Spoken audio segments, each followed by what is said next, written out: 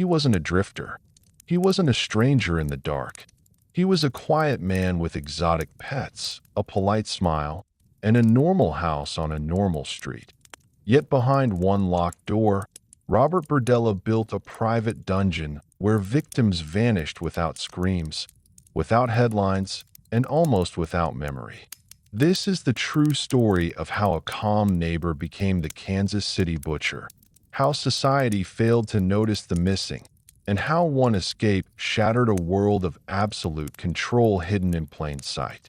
Thank you for being here for this important and difficult story.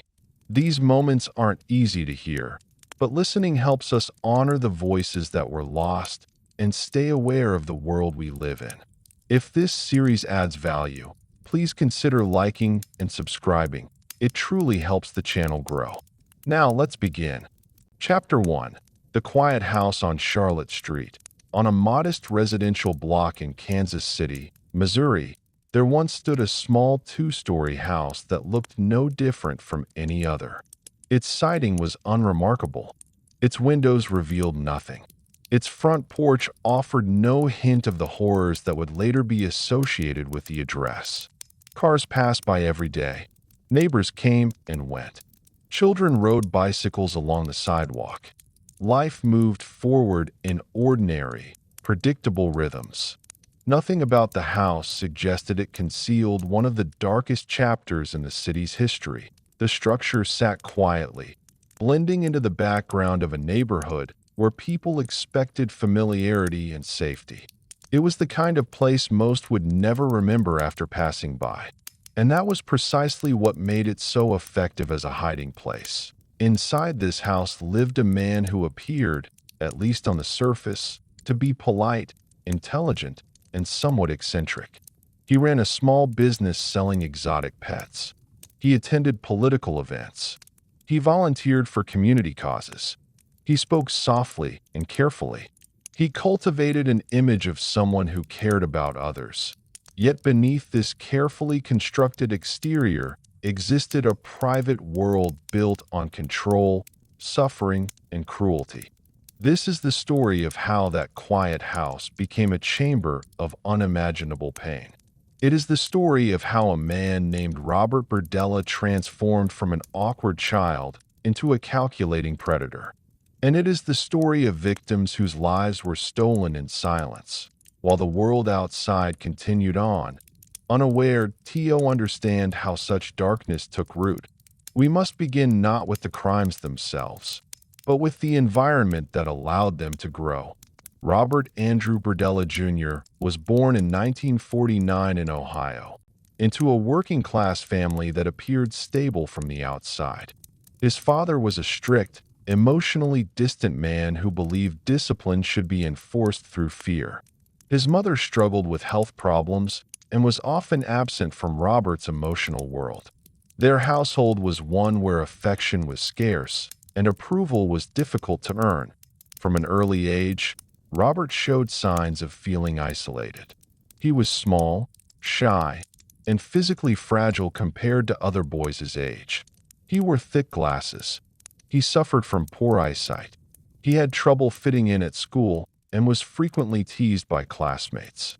Rather than developing resilience, Robert withdrew further into himself. Home offered little refuge. His father reportedly ruled through intimidation. Mistakes were punished harshly. Emotional expression was discouraged. Robert learned quickly that showing vulnerability invited humiliation. Over time, he began to associate love with pain and control. Authority became something to fear, but also something to crave. This contradiction would become central to his psychology as a child. Robert discovered an early fascination with anatomy, illness, and death. While other children collected comic books or baseball cards, he gravitated toward medical textbooks and biology manuals. He studied diagrams of the human body with intense focus. He memorized the names of organs and nerves. He became especially interested in how pain was transmitted through the nervous system at first. This interest appeared academic, but gradually, it began to take on a darker tone. Robert reportedly performed experiments on small animals, observing their reactions to injury. He dissected creatures he found dead, examining their internal structures. These acts were not driven by curiosity alone. They provided him with a sense of control he did not feel anywhere else in his life.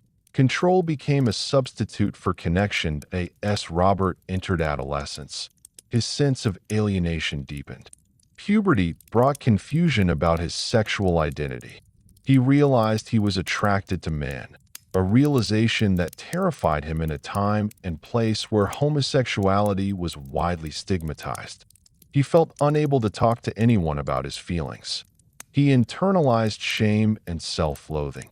Instead of seeking understanding, he buried these emotions. He also began to fantasize. These fantasies did not center on mutual affection or intimacy. They centered on dominance. In his imagined scenarios, he was powerful. He decided what happened. He controlled another person completely. Pain and pleasure became intertwined. The idea of causing suffering while being admired or desired began to take root. These thoughts frightened him, yet he did not try to stop them. They felt like the only space where he had power. In school, Robert performed well academically, particularly in subjects related to science. Teachers recognized his intelligence. Some even encouraged him to pursue a medical career. He briefly considered becoming a doctor or mortician. Both professions appealed to his fascination with the body and with death, but socially, he remained isolated. He struggled to form friendships. He was often described as odd, intense, and emotionally distant. People sensed something off about him, though few could articulate what it was. After high school, Robert enrolled in college, but his time there was short-lived. He dropped out after failing several courses. He drifted between jobs, never staying long. His lack of direction frustrated his family, particularly his father, who continued to criticize and belittle him.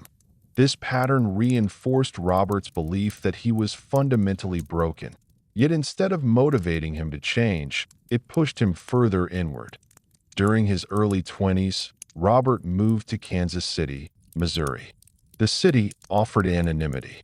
It offered freedom from family oversight. Most importantly, it offered access to underground communities where he could explore his sexuality discreetly. Kansas City in the 1970s had a hidden network of bars, clubs, and social spaces catering to gay men, many of whom lived on society's margins. Some were estranged from their families. Some struggled with addiction. Some engaged in survival sex or transient lifestyles. Robert saw opportunity. He began frequenting these spaces, presenting himself as friendly and helpful. He offered people rides. He invited them to his home. He gave them food, money, and sometimes shelter. To those in desperate situations, he appeared generous. In reality, he was carefully selecting individuals who were unlikely to be reported missing at the same time. Robert started building the life he wanted others to see. He opened a small business selling exotic animals. He became known locally as a knowledgeable breeder of snakes, lizards, and spiders. Customers visited his home to view animals. They saw cages, terrariums, and shelves of supplies. The presence of these creatures reinforced the idea that Robert was simply an eccentric animal enthusiast. He also became involved in local politics, volunteering for campaigns, and attending community events. He shook hands.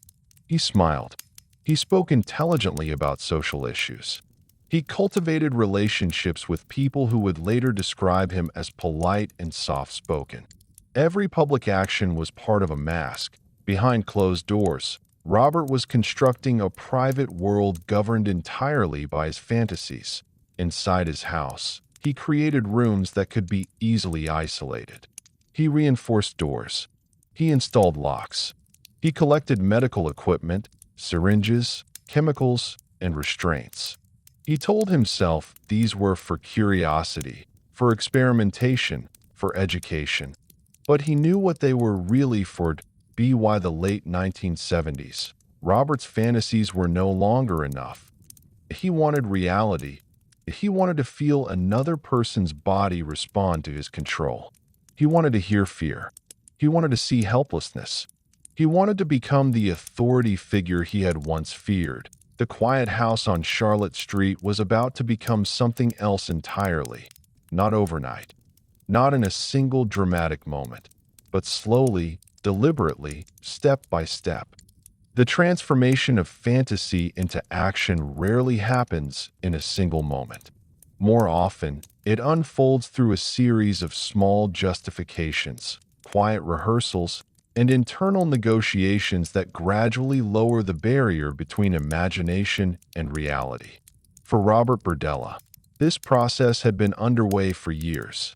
By the time he settled fully into his Kansas City home, the idea of harming another human being no longer felt impossible. It felt inevitable. His house became a sanctuary for his inner world. Every room reflected something about his mindset. The front areas of the home remained tidy and presentable. Visitors saw shelves of books, stacks of magazines, and cages containing exotic animals.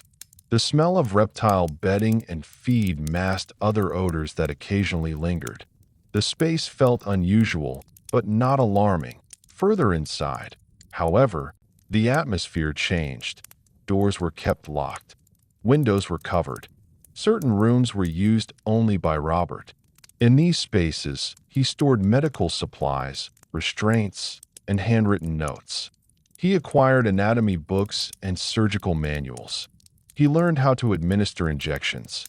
He studied the effects of various chemicals on the human body that he was preparing. Robert also began documenting his inner thoughts. In journals, he wrote about his fantasies in explicit detail. He described scenarios of total domination, of breaking another person's will, of turning fear into obedience. These writings were not impulsive. They were structured, methodical, almost instructional. The act of writing served two purposes. First, it allowed him to refine his fantasies, to shape them into clearer and more elaborate narratives. Second, it normalized them. Each time he put words on paper, the ideas felt more real, more acceptable. He stopped seeing himself as someone with disturbing thoughts. He started seeing himself as someone with a unique nature. Robert convinced himself that society simply did not understand people like him. He believed his desires were misunderstood, not wrong. This belief became a powerful form of self-justification at the same time. His interactions within Kansas City's underground communities grew more calculated. He learned how to identify individuals who were isolated, financially desperate, or estranged from family. He listened carefully when people spoke about their struggles. He mirrored their pain back to them, presenting himself as someone who cared to many. Robert seemed like a rescuer. He offered food to those who were hungry. He provided drugs to those who were addicted. He offered a couch to those who had nowhere else to go. Each gesture created a sense of obligation. Each favor subtly shifted the balance of power. Most of the people who entered Robert's home did so voluntarily. They had no reason to believe they were stepping into danger. Robert was patient. He did not rush into violence. He understood that trust had to be cultivated first. He allowed people to come and go.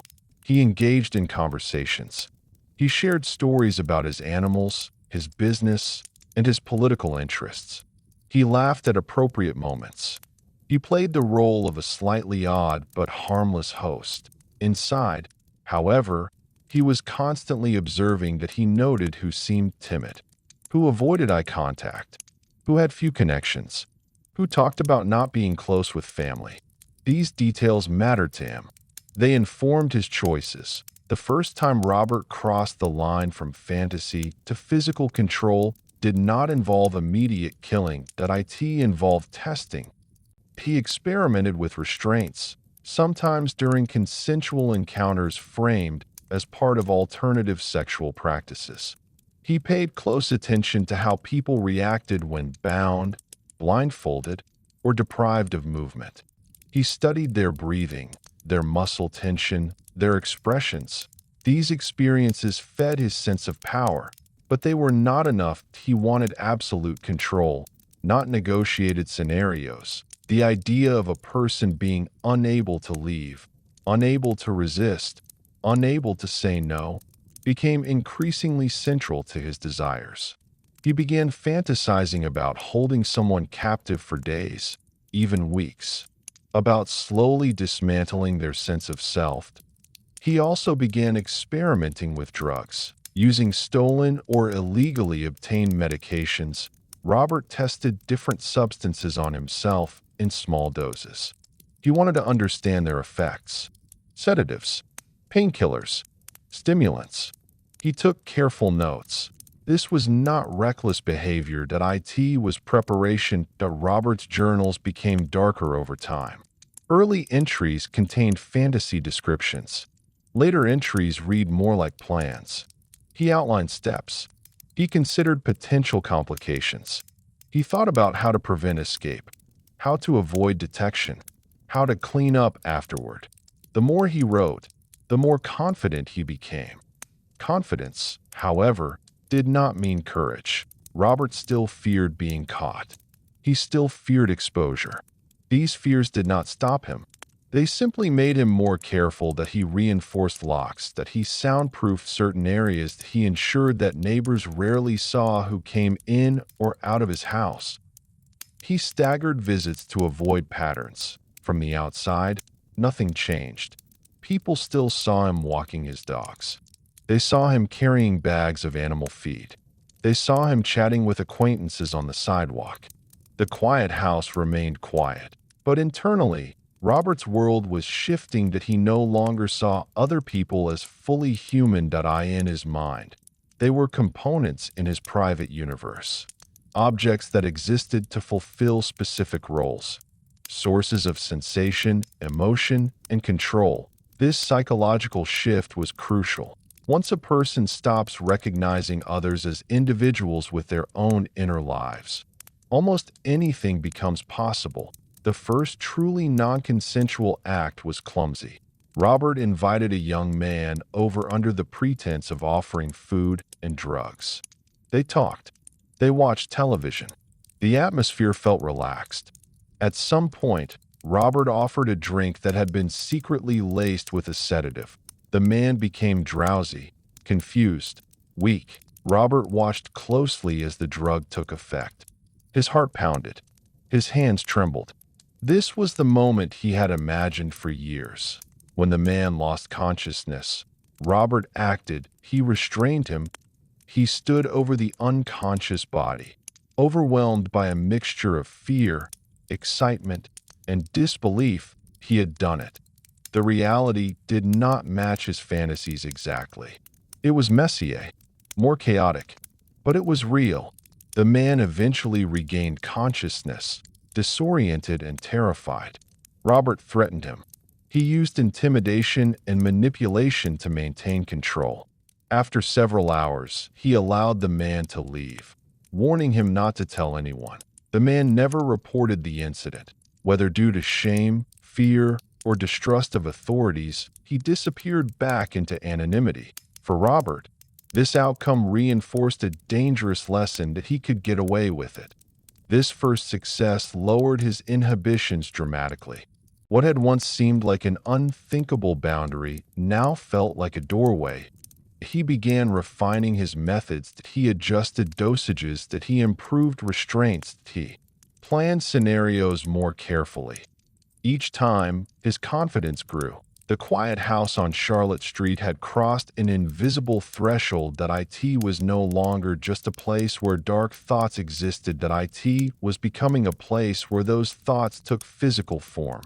And Robert BERDELLA, who once felt powerless and invisible, was beginning to feel something he had never truly experienced before: control. Chapter 2. A childhood shaped by control and cruelty. Long before the quiet house on Charlotte Street became a place of fear, Before Robert Berdella learned how to hide his darkness behind polite smiles and gentle words, there was a small boy growing up in a home where love was conditional and safety was uncertain. The roots of what Robert would become did not emerge suddenly in adulthood. They stretched backward through years of emotional neglect, humiliation, and unresolved rage. Robert Andrew Berdella Jr. entered the world in 1949 in a modest neighborhood in Ohio, the only son in a family that outwardly resembled countless others in post-war America. His father was a stern, hard-working man who believed deeply in discipline and obedience. He valued order, structure, and control above all else. His mother, struggling with health issues and emotional exhaustion, drifted in and out of Robert's daily life, often unable to provide consistent affection or attention. From an early age, Robert learned that affection was not freely given. Praise was rare. Mistakes were punished. Silence was often safer than speaking. His father's presence dominated the household. He set strict rules and enforced them with an iron hand. Robert was expected to behave perfectly, to follow instructions without question, and to suppress any emotional expression that could be interpreted as weakness. Crying was not tolerated. Fear was met with ridicule. Curiosity was often punished. For a sensitive and introverted child, this environment felt suffocating. Robert was physically small and frail compared to other boys. He suffered from vision problems and wore thick glasses that made him stand out in school. He lacked athletic ability and struggled in physical activities. These differences made him an easy target for bullies at school. He endured teasing, name-calling, and social isolation. He was often the child chosen last for group activities. He ate lunch alone. He watched others form friendships while he stood on the margins. Home offered no comfort. When Robert attempted to talk about his struggles, he was dismissed or criticized. His father believed that hardship built character. He saw no reason to protect his son from cruelty in this emotional vacuum. Robert began retreating into his inner world. He found solace in books. He became an avid reader, particularly drawn to encyclopedias, science texts, and medical manuals. The structured, predictable nature of scientific information appealed to him. Unlike people, books did not judge. They did not ridicule. They did not abandon him. Within the pages of anatomy books, Robert discovered a strange sense of fascination. He studied diagrams of the human body with intense concentration. He memorized the names of bones, muscles, organs, and nerves. He became especially interested in how the body responded to injury and disease at first. This curiosity seemed harmless, but over time, it grew more intense. Robert was not just interested in how the body worked. He was interested in how it broke. He began collecting dead animals he found outdoors, dissecting them in secret. He carefully examined their internal structures, cutting them open and observing the textures, colors, and smells. He recorded what he saw in notebooks, as though conducting private experiments. These activities gave him a sense of control in a life where he felt powerless. Holding a scalpel made him feel important. Holding a lifeless body made him feel superior. No one could tell him what to do in those moments. No one could hurt him. As Robert entered adolescence, his emotional isolation deepened. Puberty brought with it confusing and frightening realizations about his sexuality. He discovered he was attracted to other boys, a truth that terrified him in a conservative environment where such feelings were considered shameful and unacceptable. He had no one he felt safe confiding in. His father's rigid worldview left no room for difference. His mother, emotionally distant and overwhelmed, remained largely unavailable. Robert internalized the belief that something about him was fundamentally wrong. This sense of defectiveness fueled intense self-loathing. rather than seeking. Understanding, Robert tried to suppress his feelings. But suppression did not eliminate desire. It transformed it. Sexual curiosity merged with his existing fascination with control and anatomy. He began to experience fantasies in which intimacy was intertwined with domination. He imagined scenarios where he held absolute power over another person, where fear and submission replaced affection. These fantasies frightened him, but they also excited him. And because he had no healthy outlet for discussing or processing these thoughts, they grew unchecked. Robert also developed a habit of collecting objects. That he kept jars of insects, he saved animal bones, he hoarded medical articles and clippings. Each object felt meaningful to him, part of a private universe only he understood.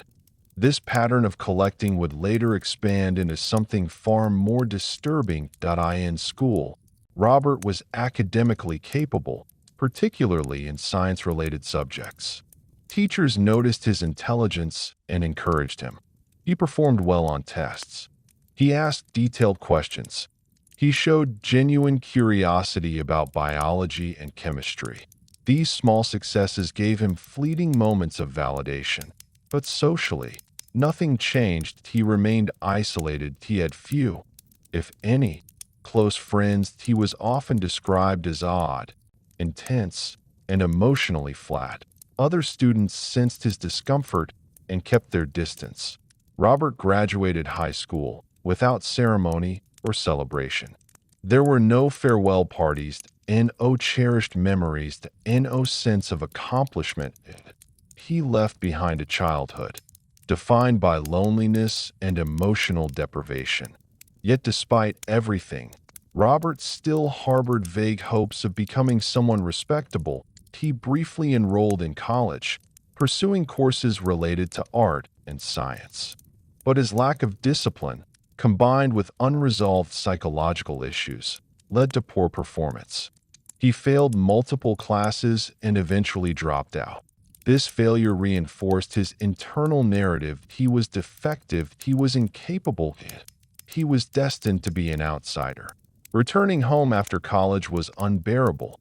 His father's criticism intensified. He was labeled lazy, useless. The disappointment, the fragile sense of self-worth Robert possessed crumbled further during this period. Robert began experimenting with petty theft and shoplifting. He stole small items from stores, not necessarily because he needed them, but because the act itself gave him a rush. Stealing made him feel powerful. It was a small rebellion against a world he felt had rejected him. He was caught and briefly institutionalized after stealing and exhibiting strange behavior.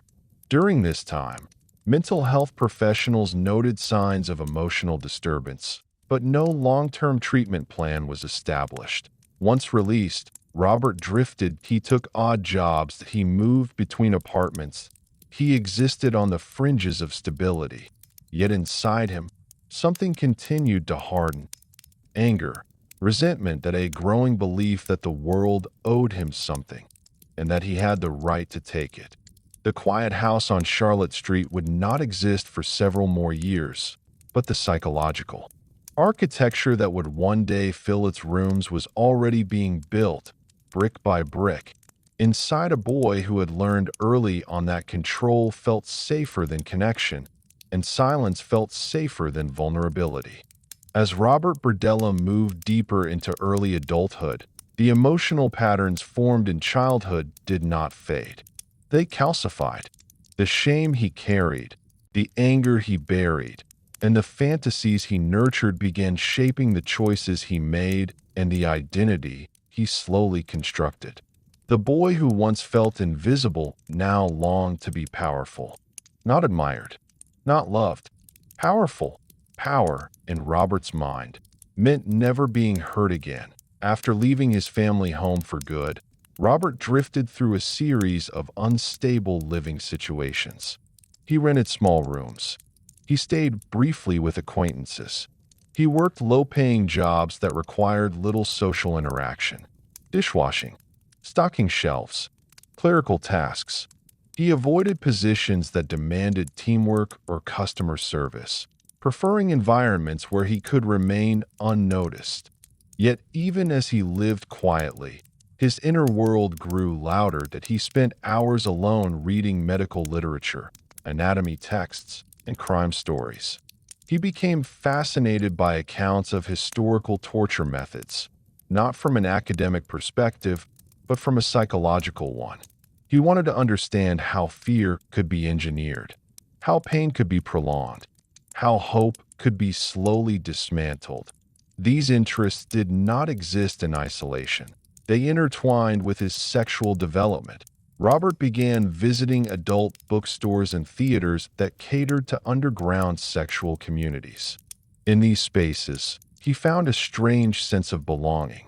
No one asked about his past. No one expected normalcy. People came seeking anonymity and escaped. He observed more than he participated. That he watched interactions closely. He studied power dynamics. He noted who dominated and who submitted. Rather than feeling drawn to mutual exchanges, Robert fixated on scenes where one person held absolute control over another. The idea of consensual dominance did not satisfy him. He wanted control that was not granted, that he wanted to take it. During this time, Robert also began engaging in small-scale cruelty that mirrored the patterns of his childhood experiments. He captured stray animals, sometimes keeping them briefly before killing them. He justified these acts to himself as curiosity, but the emotional response he experienced told a different story. That he felt calmed, that he felt focused, that he felt in control. These sensations became addictive. The more he indulged in these behaviors, the less he viewed them as wrong. They became part of who he believed he was. Robert also struggled with profound loneliness. Despite frequenting sexual spaces, he did not form meaningful relationships. He lacked the emotional tools to connect with others in healthy ways. Conversations felt awkward. He did not understand social cues. He often said things that made people uncomfortable. Rejection became a familiar experience. Each rejection reinforced his belief that he was fundamentally different. Instead of asking why, Robert concluded that society was broken, not him. This externalization of blame allowed him to preserve a sense of superiority. He began viewing himself as intellectually above others, morally above others, that he believed most people were shallow, foolish, and undeserving. This belief system made it easier to dehumanize. Dehumanization made cruelty easier. During his early 20s, Robert relocated to Kansas City, Missouri, seeking a fresh start. The city offered distance from his family and anonymity within a larger population. It also had an established underground scene where he could explore his interests discreetly. Kansas City became the setting for his gradual transformation from fantasist to predator. He found employment in various small businesses and eventually discovered a niche that suited him perfectly: exotic animals. Robert had always been fascinated by creatures most people feared: snakes, spiders, lizards, creatures that elicited discomfort and revulsion. He began breeding and selling them, initially on a small scale. The business served multiple purposes. That it provided income. That it gave him a socially acceptable identity as an eccentric hobbyist. That it allowed him to bring people into his home without arousing suspicion. Customers came to view animals, purchase supplies, and seek advice. They saw cages, terrariums, and shelves filled with equipment. They did not see anything unusual, but for Robert, the animals represented more than merchandise. They symbolized power. He controlled their environment. He decided when they ate. He decided when they lived or died. The parallels to his fantasies were unmistakable. Robert also became involved in local political campaigns, volunteering his time and resources.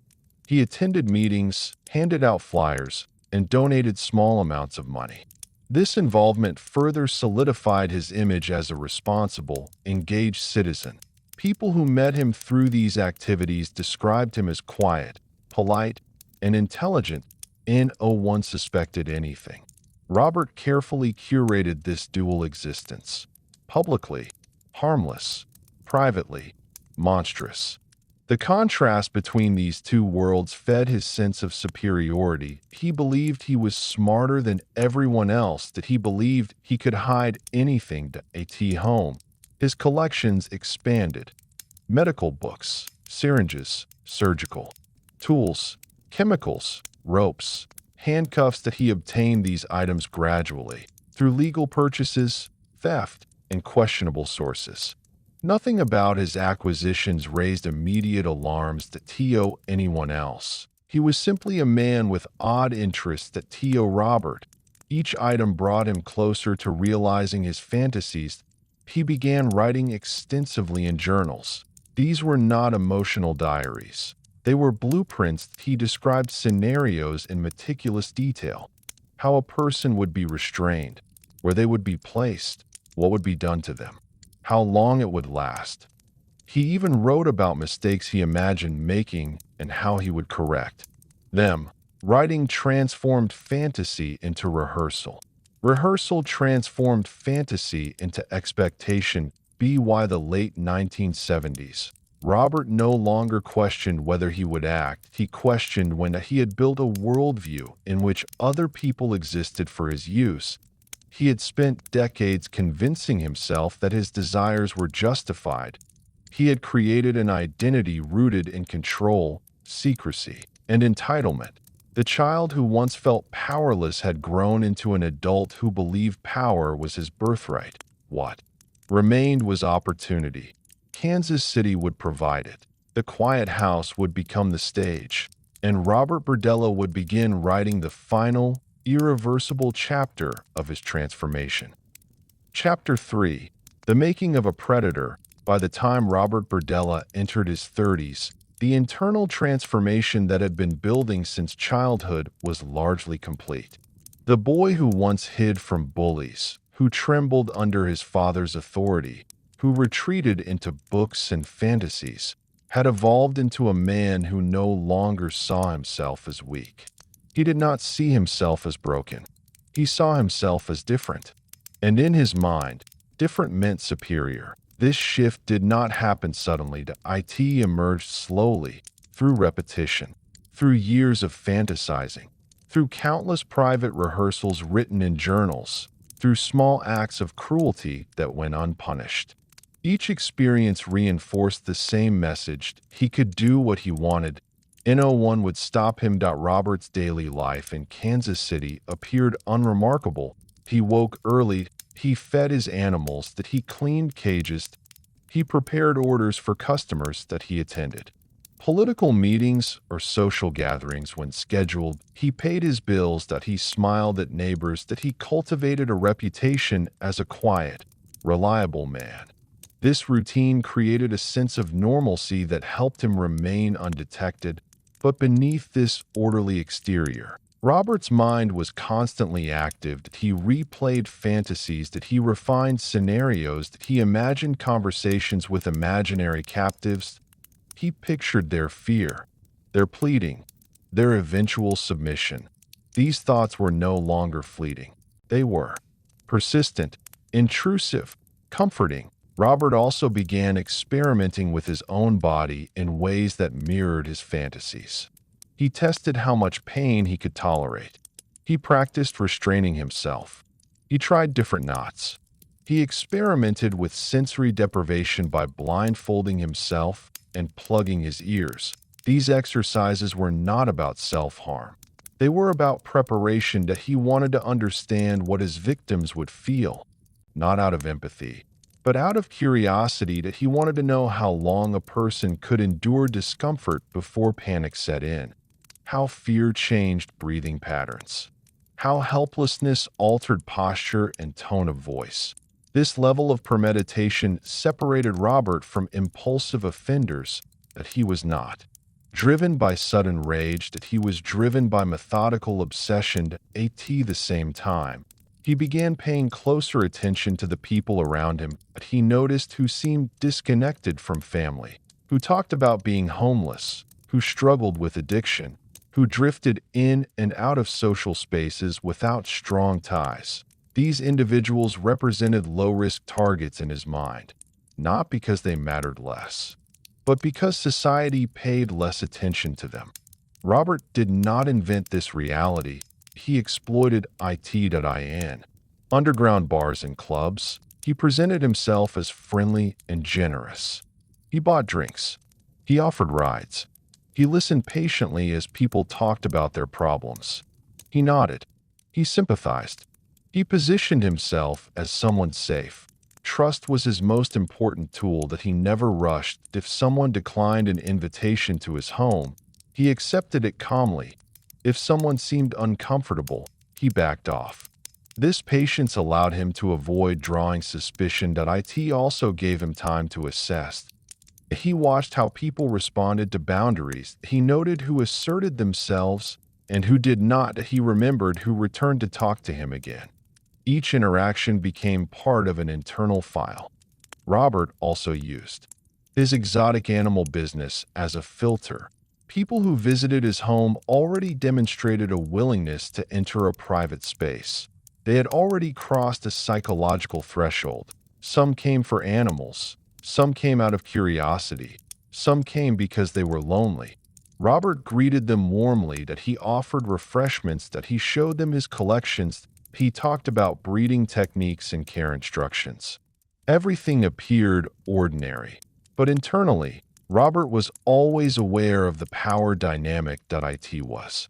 His house, his rules, his environment. The sense of ownership mattered deeply to him. Home was where he felt most powerful. Home was where his childhood sense of helplessness vanished. His confidence grew. Robert began escalating his behaviors in subtle ways. He introduced light restraints into sexual encounters, framing them as consensual experimentation. He paid close attention to how partners reacted. Some were curious. Some were hesitant. Some refused. When someone refused, Robert did not argue. He simply took note. Refusal did not anger him. It identified incompatibility. He was not interested in negotiating. He was interested in control. These early experiences served as practice. He learned how to apply restraints quickly, how to conceal handcuffs, how to position a body to minimize movement, how to maintain an appearance of calm while internally experiencing excitement. He also learned something else. Most people assumed that anything happening between two adults behind closed doors was consensual. This assumption created a powerful shield. Robert understood this, that he knew that even if someone later described an encounter as frightening or uncomfortable, others might dismiss it as a misunderstanding. This knowledge emboldened him during this period. Robert's journals became increasingly detailed. He no longer wrote only about fantasies, he wrote about logistics. He sketched floor plans of his house. He identified rooms best suited for isolation. That he calculated how long different drugs took to take effect. He researched how to clean blood from various surfaces. These were not hypothetical exercises. They were operational planning. Robert also began stealing, not for financial gain, for utility. That he stole syringes from medical facilities. That he stole medications from pharmacies. He stole tools from hardware stores. Each successful theft reinforced his belief that he was smarter than others, that rules did not apply to him at the same time. He continued to present himself publicly as civic-minded and harmless. He volunteered for political campaigns. He attended community events. He shook hands with local figures. This dual identity served an important psychological function. That it allowed Robert to see himself as complex rather than monstrous in his mind. He was not a villain. He was a man with dark desires who also contributed to society. This self-image made it easier to justify what he was planning. That he believed that everyone had secrets, His were simply more intense. The final shift from fantasist to predator did not require a dramatic catalyst. It required only opportunity. And opportunity, Robert knew, was everywhere. Kansas City's underground communities were filled with people who drifted in and out of each other's lives. People who used aliases, people who avoided authorities, people who lived day to day. Robert recognized this environment as fertile ground. He began thinking less about if he would act, and more about how to ensure he would not be caught when he did.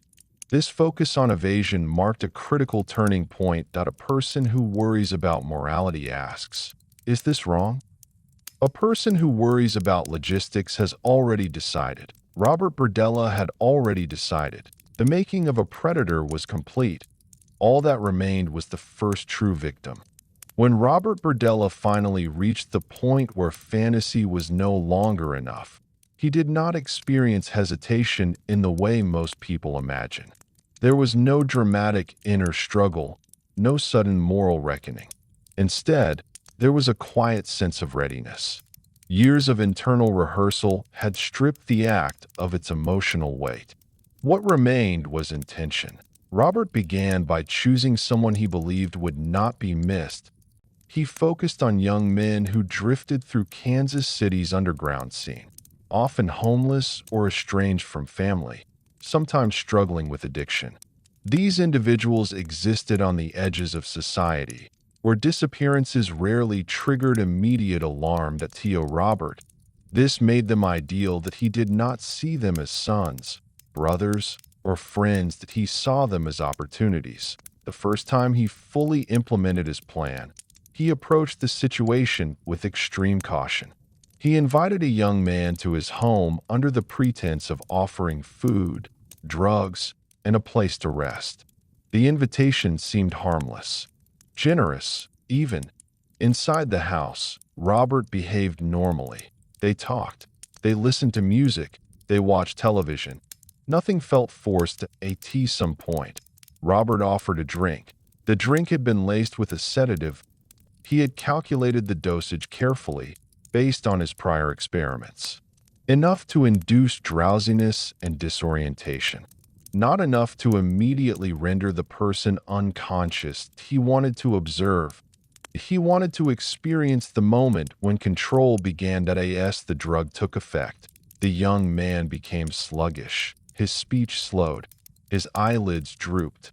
Confusion replaced alertness. Robert watched closely, suppressing his excitement behind a calm expression. When the man finally lost consciousness, Robert acted. He restrained him. He closed and locked the door. He stood over the unconscious body, experiencing a surge of emotions. He had never felt so intensely before. Power, ownership, certainty. This was not a fantasy. This was real. When the man regained consciousness, panic set in. He struggled, he pleaded, he demanded to be released. Robert responded with threats and intimidation. He told the man that if he screamed, he would be killed. He claimed to know where the man's friends lived. Whether these threats were true did not matter. Fear made them believable. Robert subjected the man to hours of physical and psychological torment. The specifics of these acts are best left undescribed. What matters is the pattern: control, humiliation, pain. When Robert eventually allowed the man to leave, he issued a final warning. Tell no one. That the man disappeared back into the underground world. No police report was filed. No investigation followed. For Robert, this outcome was transformative. It confirmed everything he had hoped. He could act, that he could control, that he could release, and nothing happened. This first experience did not satisfy him. It awakened him. Rather than feeling relief, Robert felt hunger. He began thinking about what he could do differently next time, what he could improve, what he could extend. He adjusted his methods. He experimented with different drugs. He refined his restraint techniques. He modified rooms in his house to make them more suitable for confinement. Each change reflected a desire for greater efficiency and control. Robert also began keeping detailed records of his activities that he documented what he did, how long it lasted, how the victim responded, what seemed to increase fear, what seemed to prolong submission. These records were not kept out of guilt. They were kept out of pride. He viewed himself as conducting experiments in his mind. He was not committing crimes, he was exploring human behavior. This distorted self-perception allowed him to detach emotionally from the suffering he caused. He also began kidnapping victims rather than relying solely on drugging. In some cases, he used deception to lure individuals to his home. In others, he offered rides and drove them directly to his house. The pattern remained consistent: isolation, incapacitation, control. The more Robert acted, the easier it became. The initial anxiety faded. Confidence replaced fear. He learned how to maintain a calm demeanor even while committing violent acts. He learned how to clean blood. He learned how to dispose of bodies. He learned how to mask odors. These were skills acquired through trial, error, and research. Each success reinforced his belief that he was untouchable. At the same time, Robert continued living his public life. He attended political events. He ran his exotic animal business. He chatted with neighbors that he paid taxes. This dual existence created a sense of invincibility. That he believed he had mastered the art of deception. That he believed he was smarter than law enforcement. He believed his victims were invisible. This belief system grew stronger with each passing month. Robert also began escalating the severity of his acts.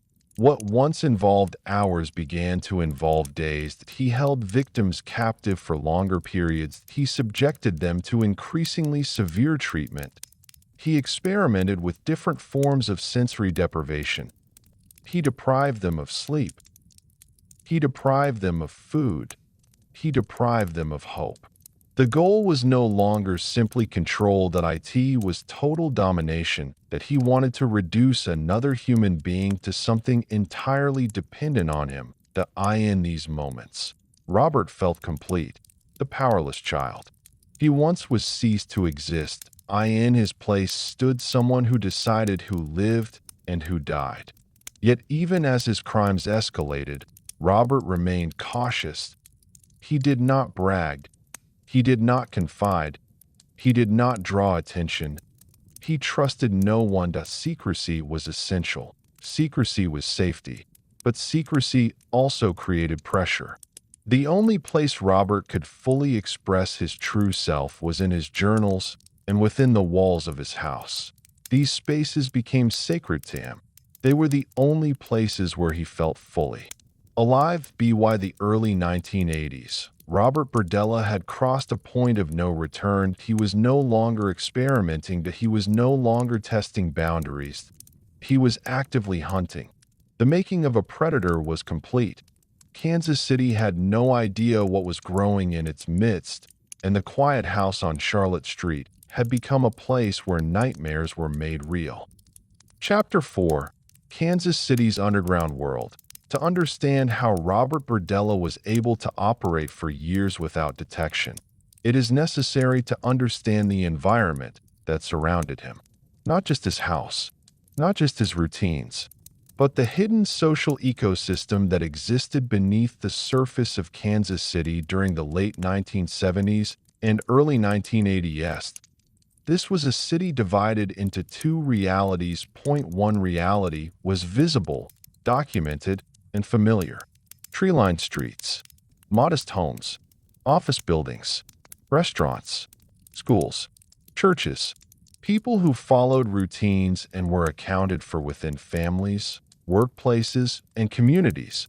The other reality existed in the shadows. It was fluid, transient, often invisible to those who did not know where to look. Kansas City had long been a hub for railroads, highways, and commerce. Its central location made it a crossroads for people passing through, seeking work, or running from their past.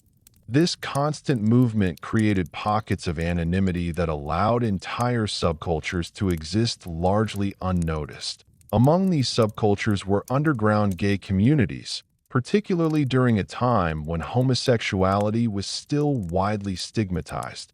Public acceptance was limited. Legal protections were virtually non-existent. Many gay men lived double lives. Some were married to women. Some hid their identities from families and employers. Some were already estranged, having been rejected after coming out. For those who could not safely live openly, underground bars, clubs, and private gatherings became lifelines. These spaces offered connection.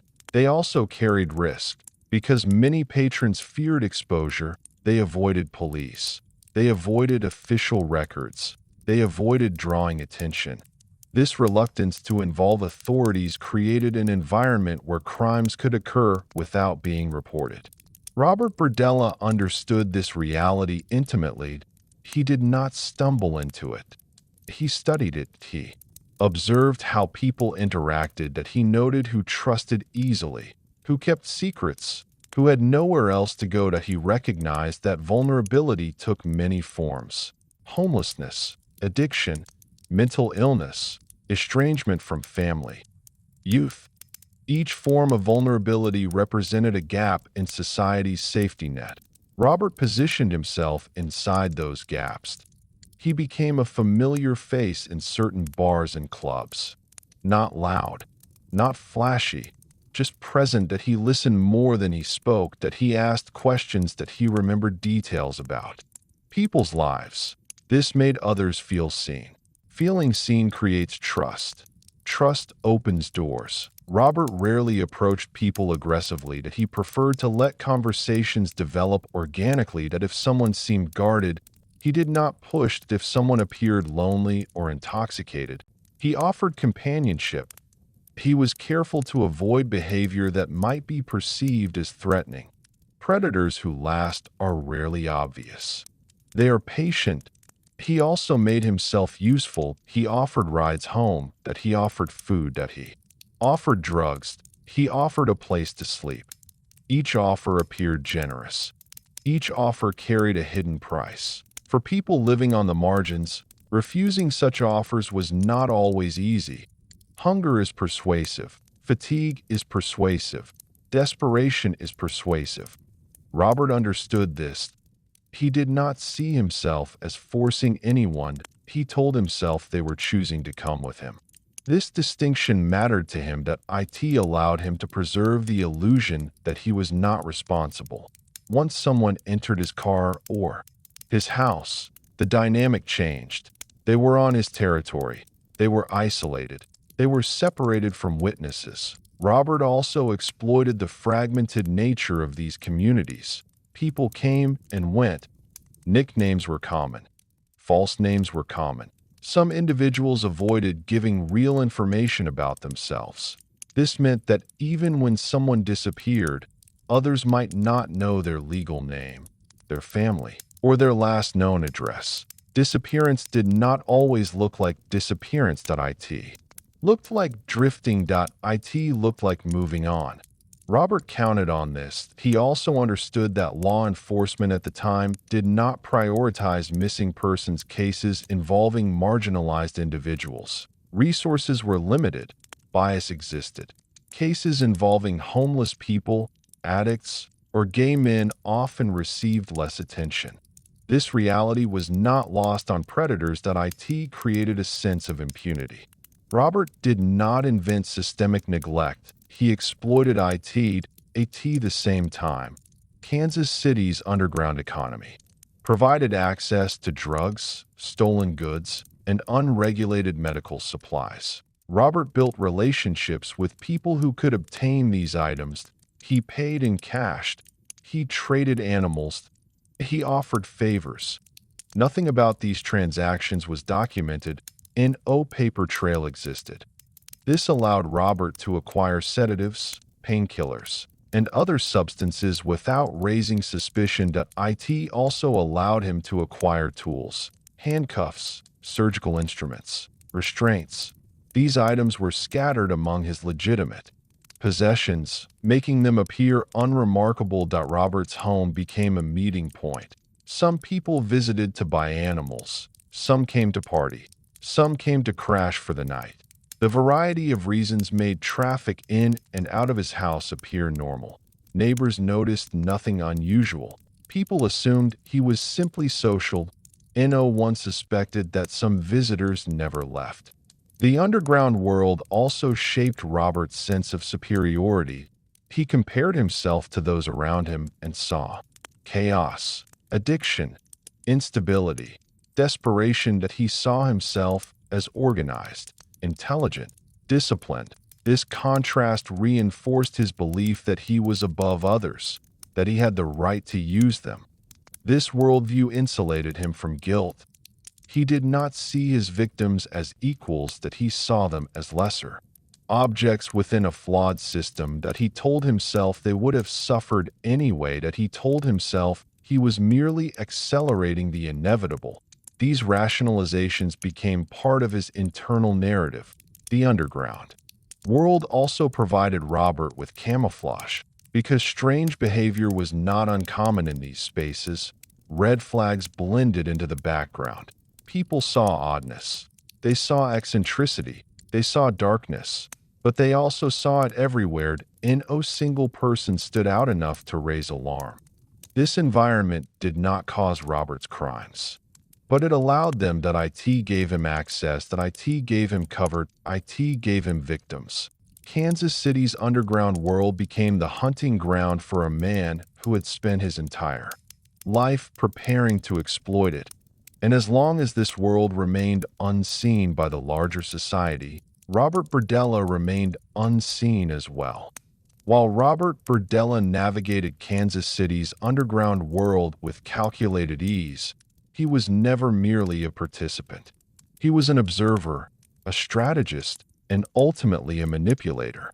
The more time he spent in these hidden spaces, the more clearly he understood how fragile many lives were, and how easily those lives could be disrupted without consequence. He noticed patterns. People who disappeared were often assumed to have moved on. Someone might mention a familiar face had not been seen in weeks. Another person would shrug and say they probably left town. That was the end of the conversation. There were no organized searches, no missing posters, no coordinated concern. Transients had become normalized. Robert paid attention to which individuals lacked strong connections, who never spoke about family, who did not have steady employment, who did not receive phone calls or visitors. These details mattered. They told him who existed without anchors. People without anchors could vanish quietly. He also learned that many individuals in these communities distrusted law enforcement deeply.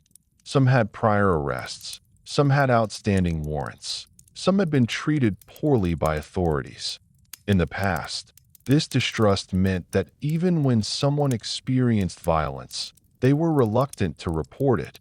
Fear of being arrested, fear of being outed, fear of retaliation. Robert recognized this reluctance as another layer of protection for himself. He did not need to silence everyone. He only needed to ensure they remained afraid or ashamed. Over time, Robert's presence became familiar. He was not seen as a threat. He was seen as odd, but harmless. The man with snakes. The man who always had weed. The man who sometimes let people crash at his place. Familiarity breeds comfort. Comfort breeds lowered defenses. Robert used this dynamic skillfully. He rarely targeted someone he had just met. He preferred to build a loose acquaintance first, a few conversations, a shared drink, a casual ride. This gradual approach made invitations to his home feel natural. Not risky. He also paid attention to the times and locations that offered maximum privacy. Late nights, early mornings, areas with minimal foot traffic. He avoided crowded spaces when selecting potential victims. He did not want witnesses. He did not want interruptions. Every detail was considered. Robert also used the underground world to test his boundaries. He listened to stories of other people's experiences that he heard about assaults that were never reported. He heard about overdoses. He heard about bodies found with little follow-up. These stories did not horrify him. They validated his worldview. They reinforced the idea that violence existed everywhere, that suffering was ordinary, that his actions would blend into a larger background of chaos. This normalization of violence further eroded any remaining internal restraints. At the same time, Robert maintained strict compartmentalization. He did not discuss his fantasies. He did not hint at his darker interests. He did not share his journals. He did not allow anyone into the private areas of his home. He controlled what others saw. This compartmentalization extended to his own mind. When he was in public, he focused on being polite and unremarkable. When he was alone, he indulged in his fantasies. When he was with a victim, he became something else entirely. These identities rarely overlapped. This psychological separation helped him function without collapsing under the weight of what he was doing. It also made him more dangerous. People who appear unstable draw attention. People who appear stable do not. Robert appeared stable. Another important factor was the lack of centralized communication between different parts of the city. Missing persons reports, when filed, were often handled in isolation. A disappearance in one neighborhood was not always connected to another. There was no immediate pattern recognition and no centralized database that could easily link cases. This fragmentation worked in Robert's favor.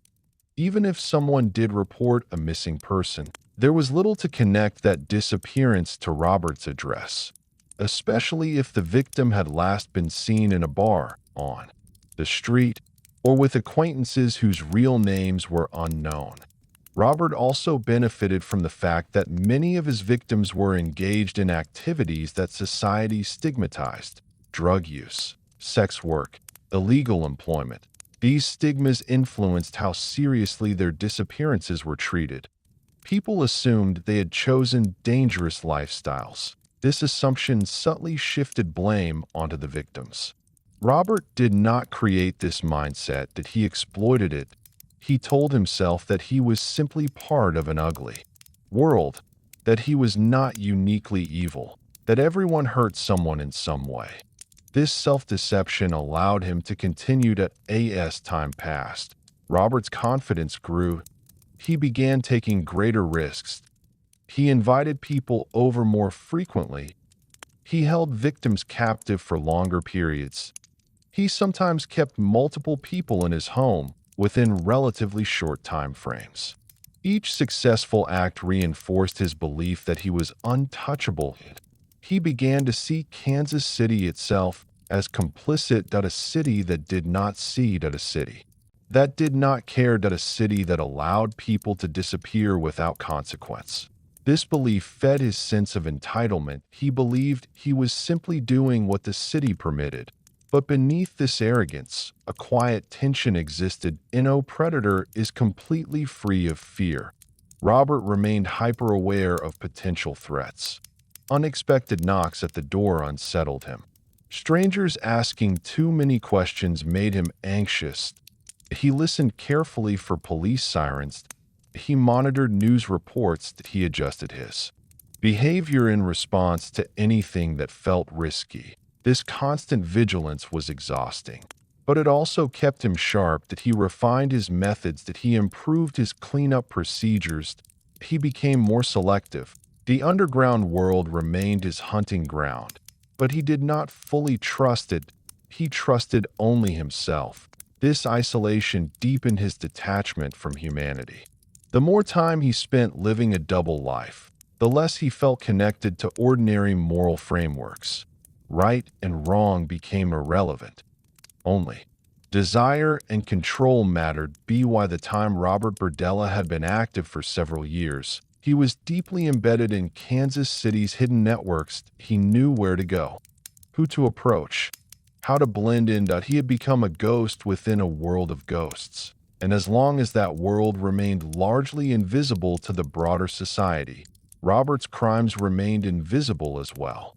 The underground world did not create Robert BERDELLA, but it gave him exactly what he needed: access, cover, silence. Chapter 5.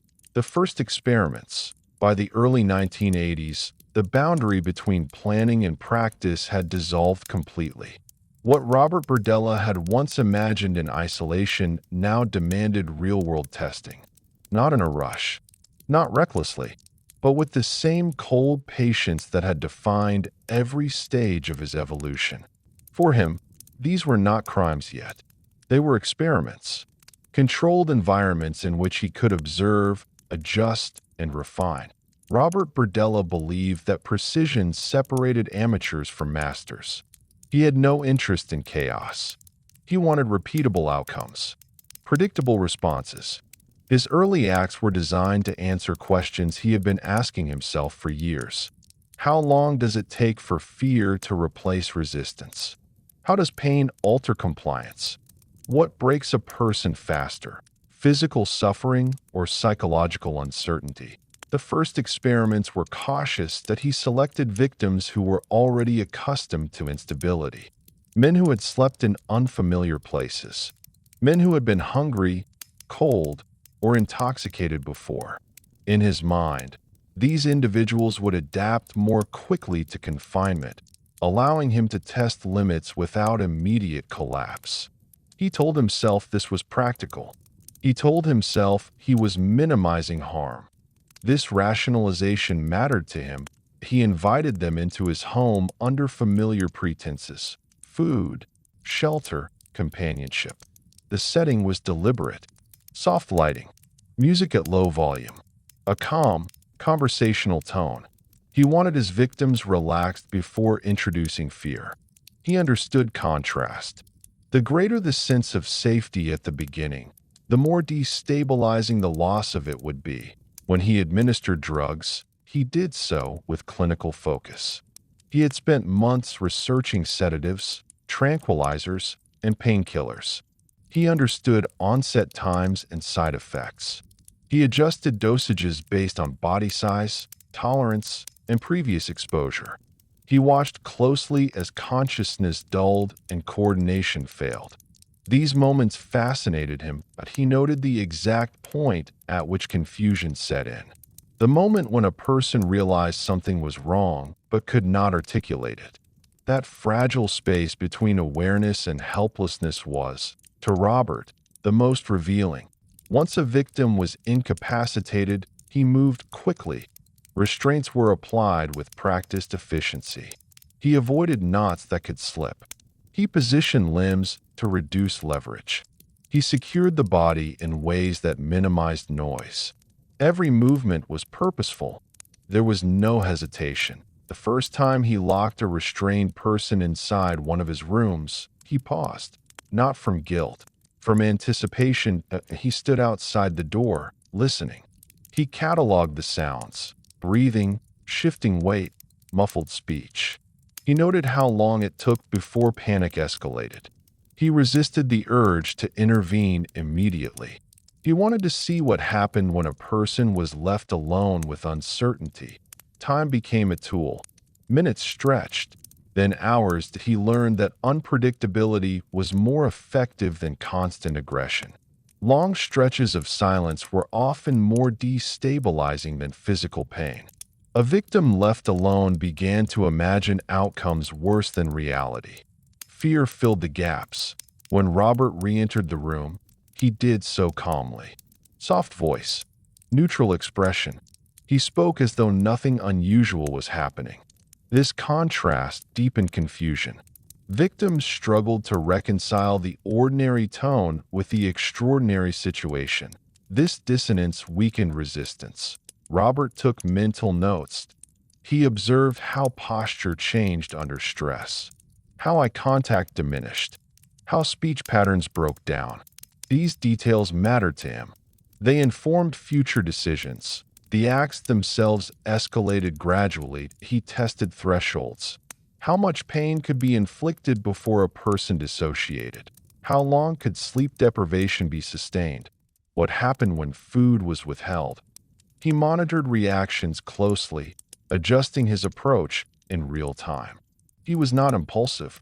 He was analytical. When a victim begged, Robert listened carefully, not with empathy, but with curiosity. He paid attention to what people pleaded for first: water, release, death, forgiveness. These priorities fascinated him. They revealed what mattered most when everything else was stripped away. Afterward, when he released victims, he controlled the narrative. He threatened them. He warned them that no one would believe them. He reminded them of their own vulnerabilities: addiction, criminal records, lack of family support. These reminders were not always accurate, but fear made them effective. Most victims left shaken, confused, and silent. Some tried to rationalize what had happened. Some blamed themselves. Some convinced themselves it had been a bad experience rather than a crime. Robert counted on this confusion. Each successful release reinforced his belief that he had mastered the process. But success also bred dissatisfaction. Temporary control was no longer enough that he began to think in terms of duration.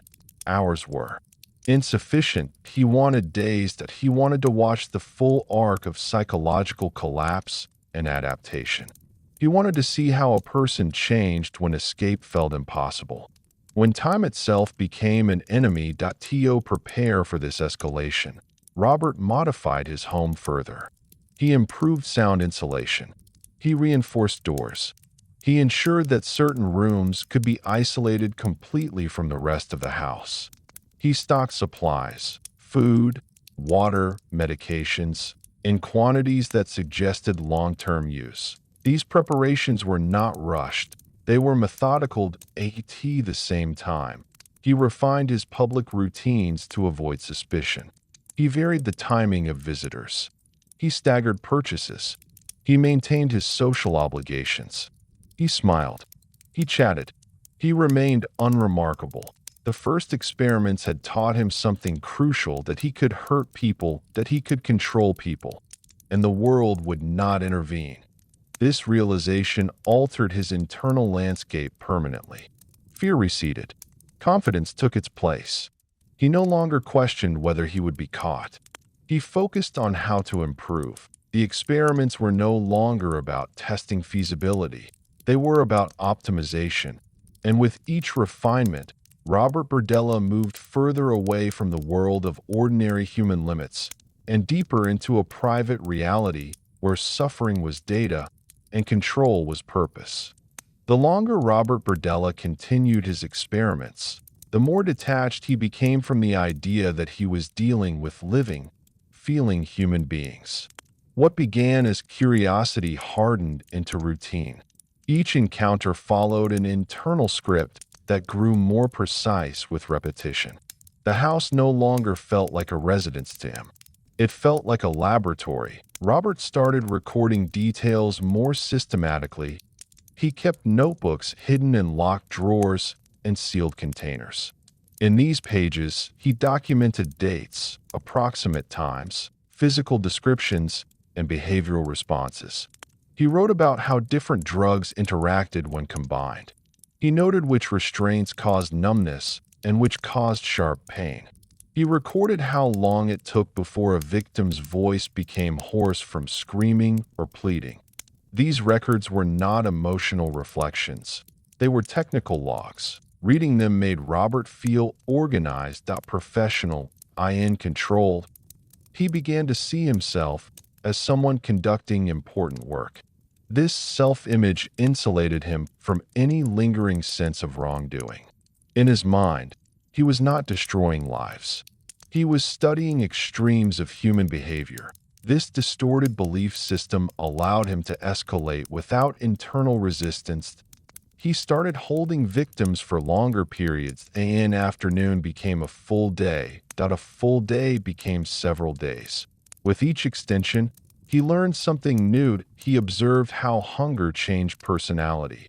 how dehydration increased irritability and confusion, how exhaustion blurred the line between reality and hallucination. These changes fascinated him that he paid particular attention.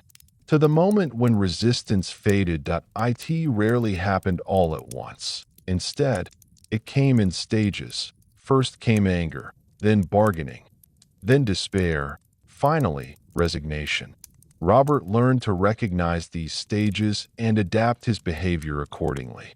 When a victim was angry, he responded with overwhelming force. When a victim bargained, he offered false hope. When a victim sank into despair, he became almost gentle. This oscillation between cruelty and calm deepened psychological dependence. Victims began associating relief with Robert's presence. He became both the source of pain and the only source of comfort. This dynamic was central to his sense of power. He also began experimenting with humiliation. He forced victims into degrading positions that he mocked them. He made them repeat phrases. He documented their reactions. Humiliation, he discovered, often broke people faster than physical pain. It attacked identity. It stripped away dignity. For Robert, this was deeply satisfying, not because he enjoyed anger or hatred from his victims, but because he enjoyed erasing their sense of self. The more he succeeded at this, the less he viewed victims as individuals. They became interchangeable. One body replaced another. One voice replaced another. Names ceased to matter. This interchangeability made killing easier at some point during these early experiments. Robert crossed another internal threshold. He began to contemplate permanence. Up to this point, most victims had been released after prolonged captivity, but Robert started asking himself a new question. What if they never left? The idea did not initially involve murder in a dramatic sense. It involved convenience. If victims were not released, there would be no risk of them talking. No need for threats. No lingering anxiety. Permanent silence felt efficient. This shift in thinking marked a crucial escalation. Robert began testing how far he could push a body before it failed. He experimented with increased dosages of drugs. He tested how much physical stress a person could endure. He monitored vital signs, not out of concern, out of curiosity. When victims lost consciousness, he sometimes panicked briefly, not because he feared for their lives, but because an unexpected death would disrupt his experiment. He wanted control over when death occurred. Control mattered more than the act itself. During this period, Robert also refined his disposal methods. He researched decomposition. He read about chemical breakdown. He studied how long it took for remains to become unrecognizable. He considered different methods of destroying evidence. He did not yet implement these plans consistently, but he was preparing. His journals from this time reveal a chilling calmness. He wrote about suffering as though describing weather patterns. No anger, no excitement, just observation. This emotional flatness signaled how deeply he had detached at the same time. Robert maintained his public persona meticulously. He attended political fundraisers. He spoke politely with customers. He joked with acquaintances. He paid his bills on time. This normalcy reinforced his belief that he was untouchable. If he could switch between these worlds so easily, he reasoned, no one could possibly suspect him. That he began to feel superior to law enforcement, superior to psychologists, superior to anyone who studied criminal behavior. He believed he had surpassed their understanding. This arrogance would eventually contribute to his downfall. But in these early years, it only fueled further escalation. The experiments were no longer about curiosity. They were about mastery. Robert wanted to perfect a system in which he could abduct, control, torment, and eliminate victims with minimal risk. He viewed mistakes as technical problems, not moral failures. Each error became a lesson. Each success became validation. By the time Robert Berdella committed his first confirmed murder, he did not experience shock, he experienced satisfaction. Not from the act of killing itself, but from the sense of completion that a system had reached its final stage. From that point forward, there was no turning back. The man who once studied anatomy out of curiosity had become someone who treated human life as raw material. And the quiet house on Charlotte Street had fully transformed into what Robert had always imagined it could be, a place where he alone decided the limits of suffering. Chapter 6. Inside the House of Pain. The house on Charlotte Street no longer existed in Robert Berdella's mind as a home. It had become something else entirely. A closed system. A controlled environment where every object, every room, and every sound served a purpose.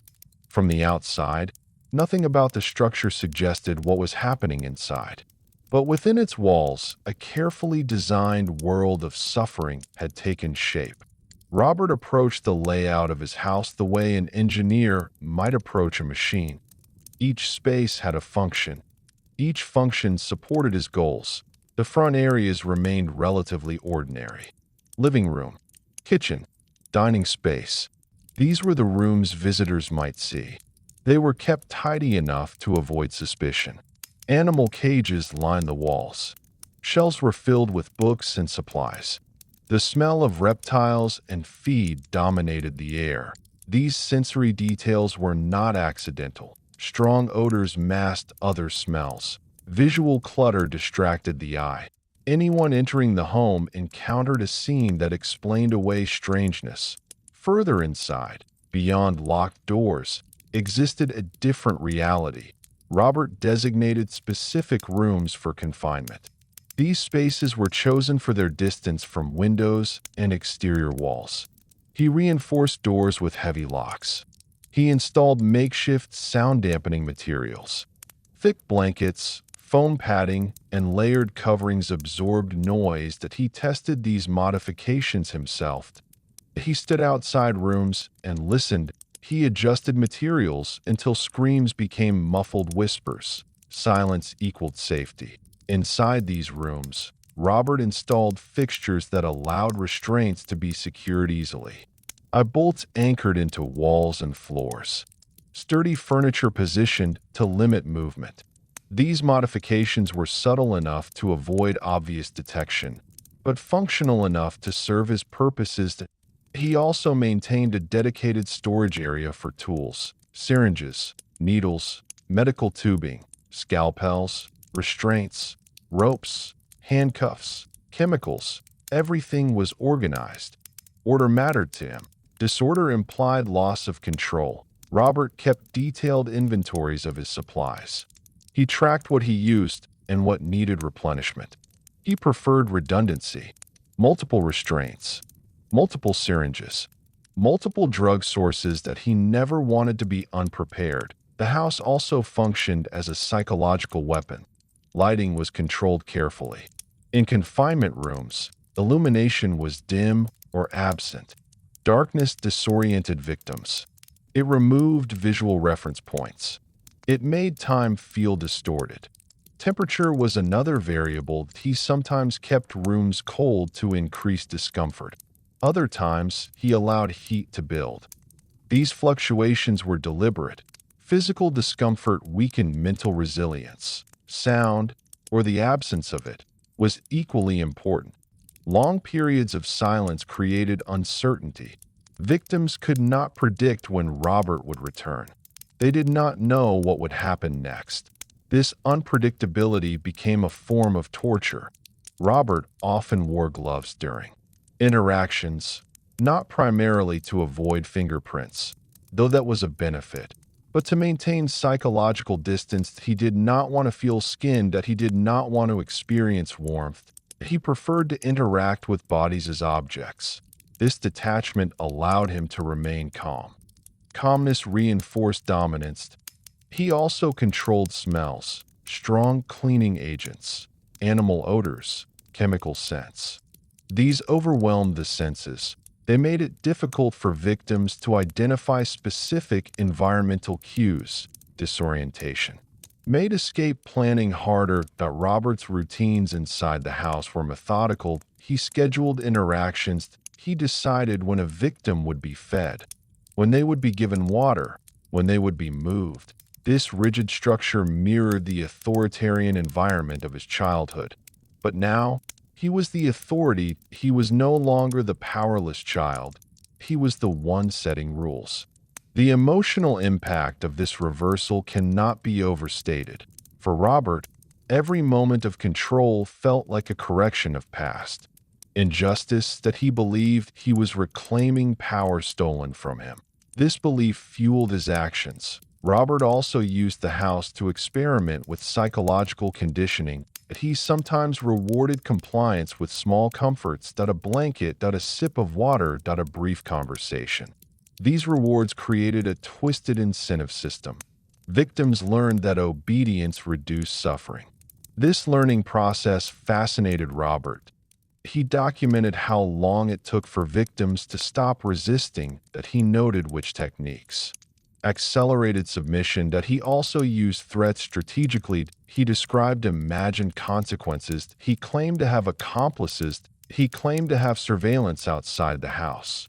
Most of these claims were false, but fear made them real. The house itself became part of the threat. Victims associated its walls with pain, its darkness with helplessness, its silence with dread.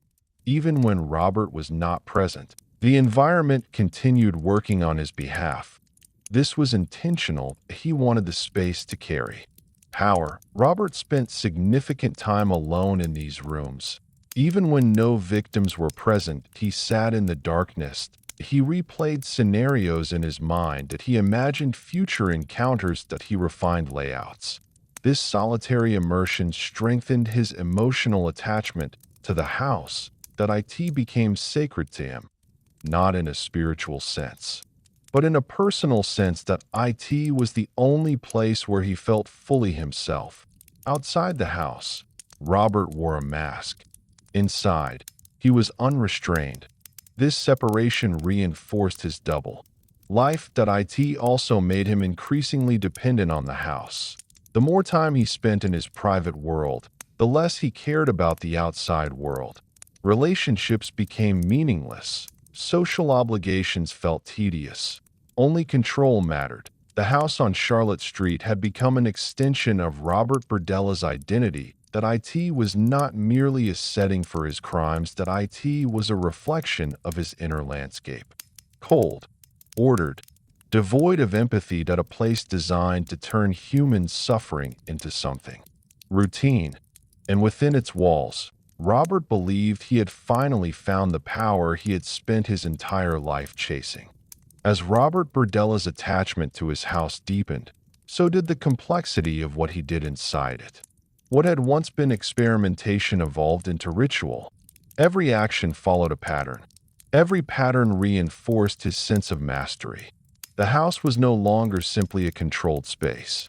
It was a stage where Robert played the central role in a private performance that only he could see. He began each cycle the same way: preparation. Before bringing anyone home, Robert ensured supplies were stocked, drugs measured, restraints checked, rooms cleaned. He did not like improvisation. Improvisation introduced risk. He preferred to enter each encounter knowing he had everything he needed. This preparation calmed him. It created a sense of inevitability. Once a victim was inside the house and incapacitated, Robert transitioned into what he considered his true state: focused, detached, purposeful. He spoke less. He moved deliberately. He avoided unnecessary movements. He treated the process like a sequence of tasks. This task-oriented mindset further distanced him from the human reality of what he was doing. Robert also developed preferences. He favored victims who were younger. He preferred individuals who appeared physically weaker. He liked those who initially resisted but eventually broke. These preferences were not accidental. They aligned with his desire to replay his own childhood experiences from the opposite position. Where he had once been small, he now chose smaller. Where he had once been powerless, he now ensured powerlessness. The house allowed him to script these reversals repeatedly. He also became more systematic about recording what happened. His journals expanded into extensive logs, dates, times, drug dosages, physical responses, behavioral changes. He sometimes sketched diagrams of how victims were restrained. He wrote comments about what he would change next time. These writings read less like confessions and more like research notes. There was no emotional language, no expressions of remorse, no self-reflection, only data. This documentation served another function that it allowed Robert to relive his actions, that he reread entries, that he revisited details, that he used memory as a form of reinforcement. The past became a resource. The house also began to change in subtle ways over time. Robert added more locks, he improved soundproofing, that he reorganized rooms to improve efficiency. He removed items that could be used as weapons. He thought constantly about worst-case scenarios. What if a victim escaped? What if someone heard screaming? What if police knocked unexpectedly? He rehearsed responses in his head, that he practiced calm speech, that he prepared explanations. Exotic animals, sick pets, that a friend staying over, that he believed that if he sounded confident, people would accept his story. Confidence, in his experience, often replaced evidence. Robert also developed disposal routines. When a victim died, he moved quickly, he cleaned thoroughly, that he used chemicals to break down biological material, he dismembered bodies to make disposal easier. He used trash collection, sewers, and other methods to eliminate remains. These acts were performed with the same emotional flatness as everything else, that he did not linger, that he did not memorialize. Once a body was gone, it was gone. The house was reset, ready for the next cycle. This reset was important, that it prevented emotional buildup, that it preserved the illusion of control. Robert did not view death as an ending, that he viewed it as a logistical problem solved. The house also served as a psychological boundary. When Robert left for errands or social obligations, he mentally sealed off what happened inside, that he could discuss mundane topics, that he could laugh, that he could complain about everyday inconveniences, that he could function. This ability to compartmentalize was one of his most dangerous traits, that it allowed him to continue indefinitely. People who knew him noticed nothing. Some described him as shy. Some described him as eccentric. Some described him as kind, and one described him as violent. The house protected him, not physically, psychologically. It allowed him to believe that his true self existed only within its walls. Outside, he was someone else. This separation also fueled a sense of entitlement. Robert believed he deserved his private world. He believed it was his reward for enduring a painful childhood. He believed no one had the right to take it away. This belief made him defensive. He became increasingly paranoid about anyone who might threaten his secrecy. He watched neighbors more closely. He listened for unusual sounds outside. He paid attention to who walked past his house. This paranoia did not stop him. It made him more cautious, more meticulous, more controlled. Inside the house, time lost meaning. Days blurred, nights blurred. Robert measured time by his own routines, not by clocks, that he ate when he felt like eating, that he slept when exhausted. Victims had no sense of day or night. This temporal disorientation further weakened them. It also strengthened Robert's sense of godlike control. He controlled not only bodies, but time. By this stage, Robert BERDELLA was no longer experimenting, he was executing a perfected system. The house functioned exactly as he wanted it to. It allowed him to dominate. It allowed him to observe. It allowed him to erase. The quiet structure on Charlotte Street had become one of the most dangerous places in Kansas City. Yet from the outside, It remained just another ordinary home. Cars passed by, neighbors watered lawns. Children rode bicycles. Life continued. And inside, Robert BERDELLA believed he had created a world where he alone decided what suffering meant. Chapter 7. The Victims and Their Voices. Behind every method, every routine, and every calculated act inside the house on Charlotte Street were human beings whose lives did not begin or end with Robert BERDELLA. They were not anonymous figures drifting through the margins of a city. They were people with histories, personalities, hopes, and fears. Understanding who they were, and how their voices were slowly erased, reveals the true cost of what happened behind those closed doors. Robert never saw them this way. But the world must. Most of the men who crossed paths with Robert shared certain vulnerabilities, though none of these vulnerabilities defined them. Some were young and searching for belonging. Some were struggling with addiction.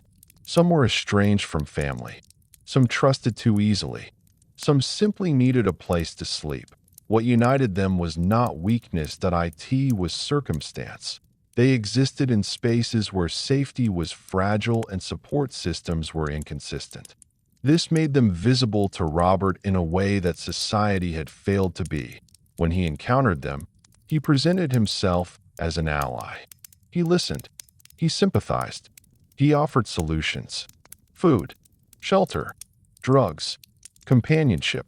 These gestures were not random acts of kindness. They were calculated openings designed to create dependency. For many victims, the initial interactions with Robert were unremarkable, a conversation, a shared drink, a ride, an invitation to rest. Nothing about these moments suggested imminent danger. This normalcy was crucial. It disarmed suspicion. It allowed trust to form. By the time fear entered the picture, it was already too late. Inside the house, victims experienced a gradual stripping away of autonomy. Confusion came first. Disorientation followed. Then panic. The shock of realizing that escape was not immediately possible altered everything. In those early moments, victims tried to reason. They asked questions. They attempted to negotiate. Robert rarely responded directly. He allowed uncertainty to grow. Victims were left alone for long periods, unsure if anyone was listening, unsure when he would return. Time stretched. Thoughts spiraled. Hope fluctuated between optimism and despair. When Robert reappeared, he controlled the interaction completely. He decided whether to speak or remain silent, whether to offer water or withhold it, whether to inflict pain or temporarily relieve it. This unpredictability broke down resistance. Victims learned quickly that compliance reduced suffering, at least temporarily. This learning was not consent. It was survival. As days passed, many victims experienced profound psychological shifts. Anger gave way to fear. Fear gave way to exhaustion. Exhaustion gave way to resignation. Some dissociated, mentally retreating from their bodies to escape pain. Others clung to small details. The sound of footsteps, a change in tone, the clink of keys. These details became lifelines, markers of what might happen next. Robert observed these reactions with fascination. He took notes, but he adjusted his behavior. He treated emotional collapse as data. Yet within this horror, victims still demonstrated resilience. Some resisted verbally even when physically restrained. Some attempted escape despite overwhelming odds. Some tried to appeal to Robert's humanity, speaking about family, dreams, or shared experiences. These appeals rarely worked, but they mattered. They revealed that even in the most dehumanizing conditions, the human impulse to connect endured. Robert responded to these moments with irritation. He did not want reminders of shared humanity. They disrupted his illusion of control. When a victim asserted identity, by stating their name, by sharing their story, it challenged Robert's narrative that they were objects. This challenge often resulted in increased cruelty. For those who were eventually released, the aftermath was complex and painful. They left the house traumatized, disoriented, and afraid. Many struggled to articulate what had happened. The experience did not fit neatly into categories they understood. Was it assault? Kidnapping? Something else? Shame and fear silenced many. Some worried they would not be believed. Some feared retaliation. Some blamed themselves for trusting Robert in the first place. This self-blame was devastating. It compounded trauma. It prevented healing. It kept Robert safe. Those who were killed never had the chance to speak. Their voices were silenced completely. But traces of them remained. In police reports. In medical examiner files. In fragments of memory held by friends and acquaintances who noticed their absence. Each victim represented a life interrupted. A future erased. A network of connections left with unanswered questions. Robert never acknowledged this reality. In his journals, victims were reduced to descriptions and outcomes. He recorded how they behaved, how they reacted, how they died. He did not record their laughter, their kindness, their fears beyond fear of him. This omission was deliberate. Acknowledging their full humanity would have destabilized him. But their humanity did not disappear simply because he ignored it. It persisted. In the pain they endured. In the courage some showed. In the impact their loss had on others. Understanding the victims means refusing to see them through Robert's lens. They were not statistics. They were not experiments. They were people navigating a world that did not protect them adequately. A world that allowed someone like Robert BERDELLA to operate undetected for years. The investigation would later reveal. The true horror of the house on Charlotte Street was not just what happened inside it. It was how easily those events were hidden, how quietly lives were erased, how long it took for the voices of the victims to be heard at all. For those whose lives ended inside the house on Charlotte Street, silence became their final condition. Their absence was noticed slowly, unevenly, and often without urgency. This was not because they were unloved or forgotten, but because the circumstances of their lives placed them in a world where disappearance did not immediately register as alarm. Friends assumed they had moved on. Acquaintances assumed they were laying low. In communities shaped by transience, absence could look ordinary. That ordinariness was one of the most devastating aspects of what happened. When someone did notice a prolonged absence, the questions were often tentative. Had anyone seen them lately? Did they mention leaving town? Did they have family elsewhere? Answers were vague. Details were incomplete. Names were sometimes uncertain. This uncertainty diluted concern, allowing time to pass without intervention. Time, in this case, was deadly. The victim's final days followed patterns that were invisible from the outside. A familiar bar, a shared conversation, an offer that sounded like relief. The transition from public space to private captivity happened quietly, without witnesses, without records. Once inside the house, the world narrowed to walls, restraints, and the presence of one man who controlled everything. For victims held for extended periods, identity became fragile.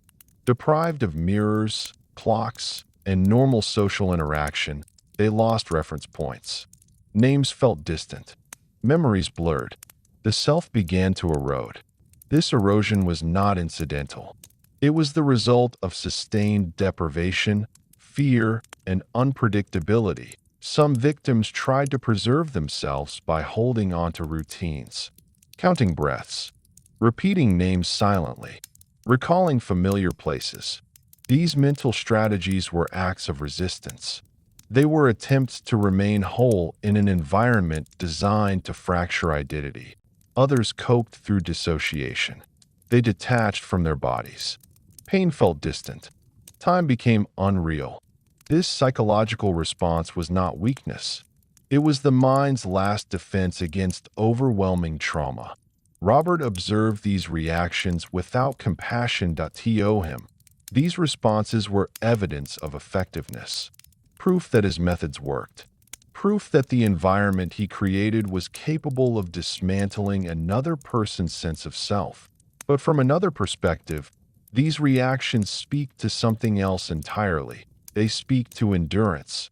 Even as autonomy was stripped away, victims continued to think, adapt, and survive as long as they could. Even in captivity, they were not passive. They were responding to an impossible situation with the limited tools available to them.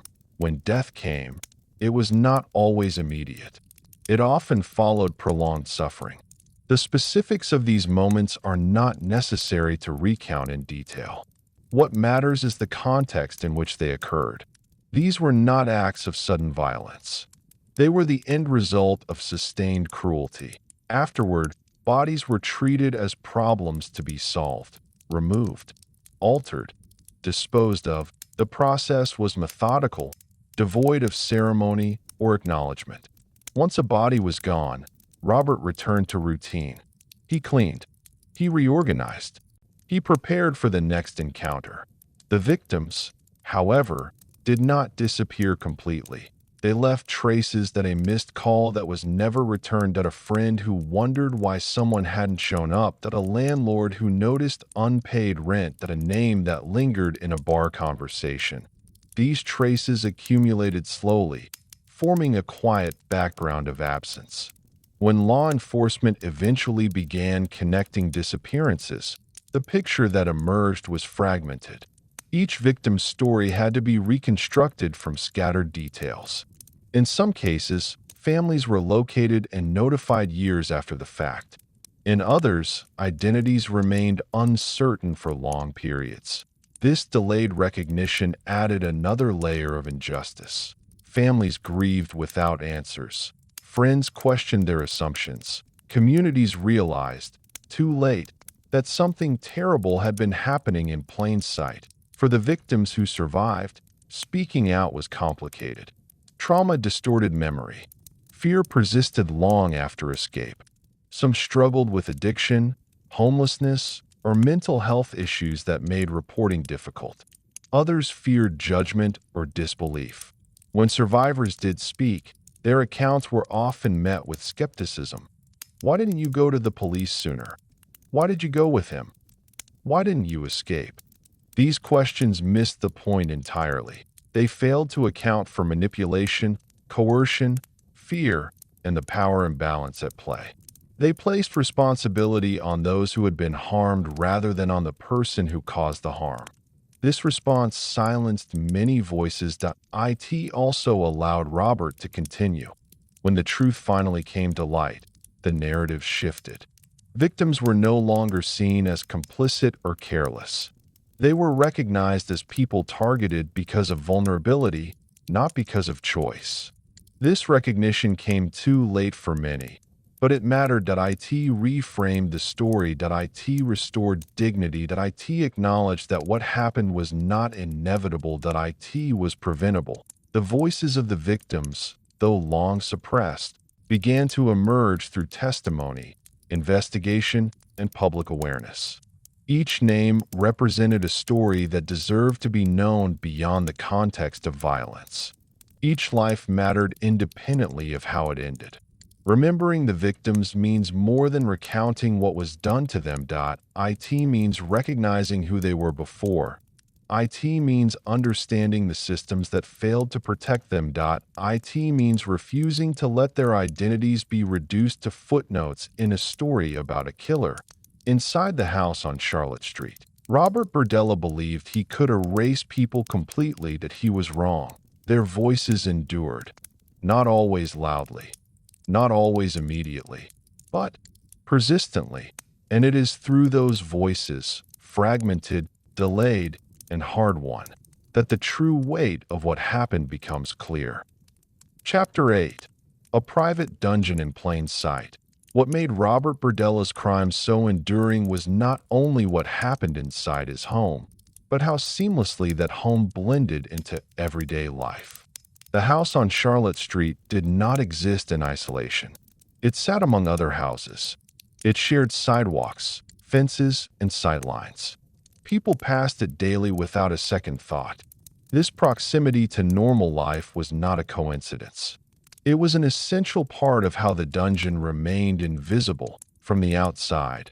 The house looked lived in, not secretive.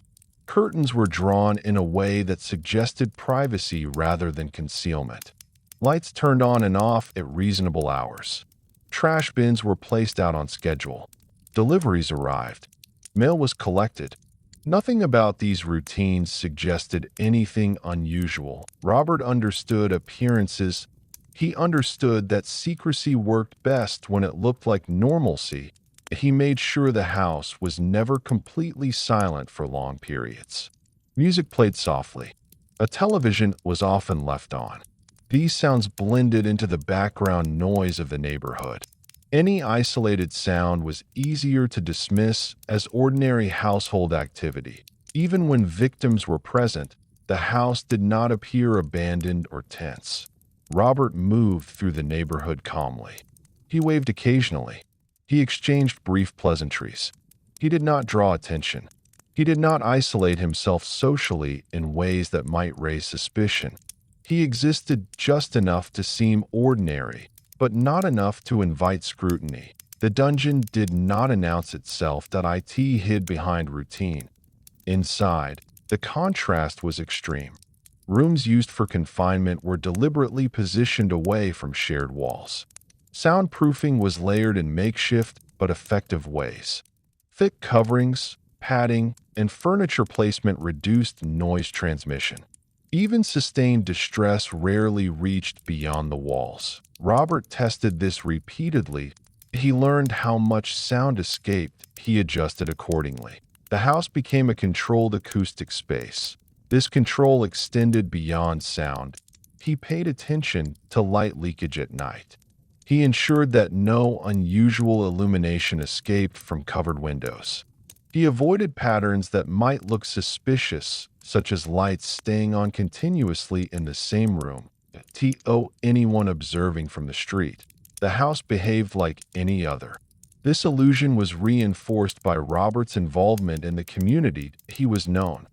Not well known, but known enough. People recognized his face. They associated him with his exotic animals, his political volunteering, his quiet demeanor. Familiarity breeds dismissal. When people think they know someone, they stop questioning. Robert benefited from this. Visitors to the house, when they came, did not trigger alarm. Cars parked outside occasionally. People entered and left. In a residential neighborhood, this was normal. No one kept a log. No one counted faces. Those who did not leave were not noticed. The dungeon existed in plain sight because no one expected it to exist. This psychological blind spot is powerful. People assume that extreme violence belongs elsewhere. Abandoned buildings, remote areas, dark alleys, not quiet streets, not ordinary homes. Robert exploited this assumption that he also understood that the presence of animals provided cover. Exotic animals explained odors. They explained cages. They explained equipment. Visitors who noticed unusual items were given plausible explanations: medical supplies, for treating animals, restraints, for handling dangerous reptiles, chemicals, for cleaning and care. Each explanation fit within an existing narrative. Robert did not need to lie extensively, that he needed only to guide interpretation. The house functioned as a layered deception, surface normalcy, underlying horror. The separation between these layers was maintained through discipline. Robert was careful not to blur the boundaries. He did not allow his public persona to bleed into his private acts. He did not discuss his interests openly. He did not share his inner world. This discipline required constant effort. He monitored himself, that he corrected small deviations, he avoided behaviors that might raise curiosity. Curiosity, he knew, was dangerous. The dungeon also relied on the broader invisibility of its victims. People who entered the house were often individuals whose movements were not closely tracked by others. Their absence did not immediately create ripples. This invisibility extended the house's secrecy outward, beyond its walls. That a dungeon does not exist in isolation. It exists within a context that allows it. The house on Charlotte Street existed within a context of social neglect, stigma, and assumption. Robert did not create these conditions, but he recognized them, and he used them. As time passed, the dungeon became more entrenched. It became routine.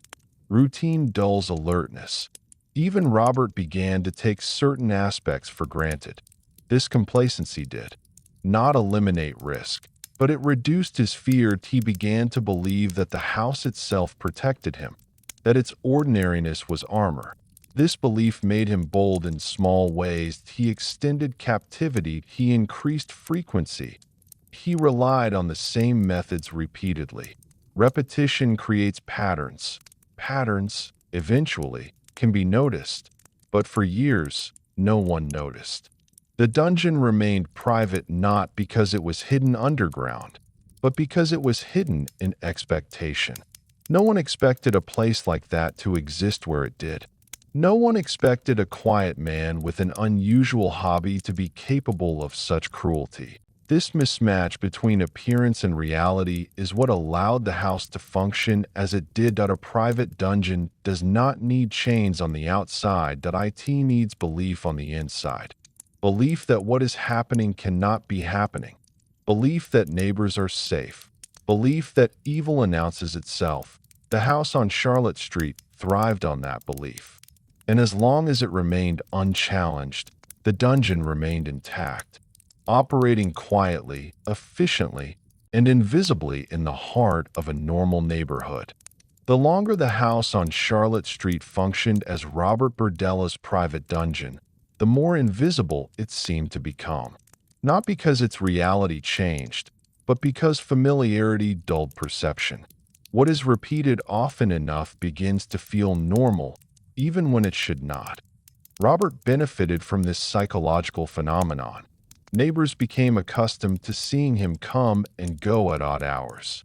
He worked unconventional schedules. He kept unusual pets. These quirks were filed away as personality traits, not warning signs. In a city full of diverse lifestyles, difference did not automatically trigger concern. He also benefited from the absence of obvious external disturbances. There were no broken windows, no public altercations, no visible bloodshed. Nothing spilled onto the street. Everything happened indoors, behind locked doors, out of sight. Robert understood that most people notice only what interrupts their routine. His crimes were designed to avoid interruption. Even when victims screamed, the sound rarely carried far enough to be recognized as distress. And when muffled noises did escape, they were ambiguous. A loud television, an argument, someone sick, a barking dog. Ambiguity protects secrecy. People hesitate to assume the worst. They rationalize. They move on. This hesitation created a buffer around Robert's activities. Inside the house, Robert began to view the dungeon as permanent, not a temporary arrangement, not a phase, but a fixed part of his life that he organized his time around it. He scheduled errands between periods of captivity. He planned social appearances around his private routines. The dungeon was no longer something he did. It was who he was. This internal normalization made it easier for him to sustain his double life.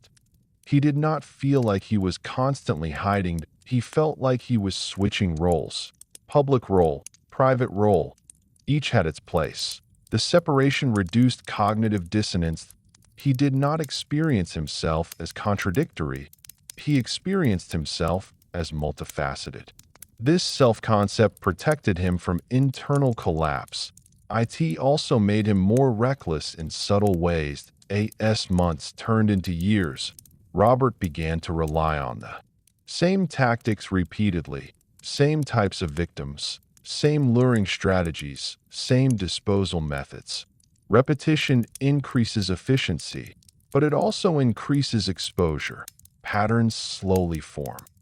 Even if no one is actively looking, patterns exist that in some cases, acquaintances within the underground community began noticing that certain people never returned. Names came up occasionally. Someone would ask, "Have you seen him lately?" Another person would shrug. "He probably left town." These exchanges were brief. They did not evolve into action, but they represented tiny cracks in the illusion of randomness. Robert was not aware of every conversation. He could not control everything, but he believed he controlled enough. The dungeon also shaped Robert's emotional range. He became increasingly flat. Outside the house, he showed minimal emotional expression. Inside, he rarely experienced anything resembling joy. What he felt was satisfaction, completion, control.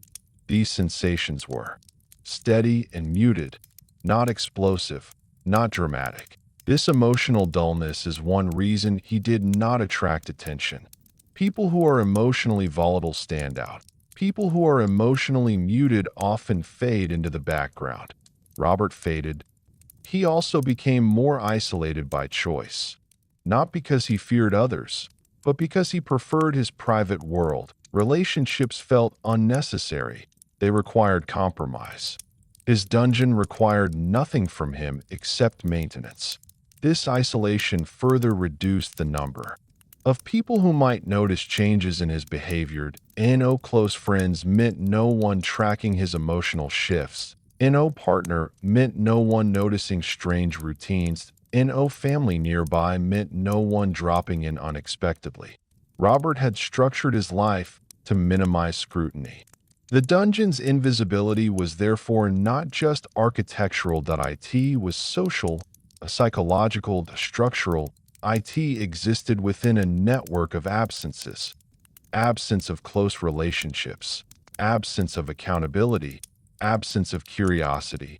Each absence reinforced the others. The house also existed within a larger cultural context that struggled to imagine extreme evil in ordinary spaces. Popular narratives often portray violent offenders as obviously monstrous.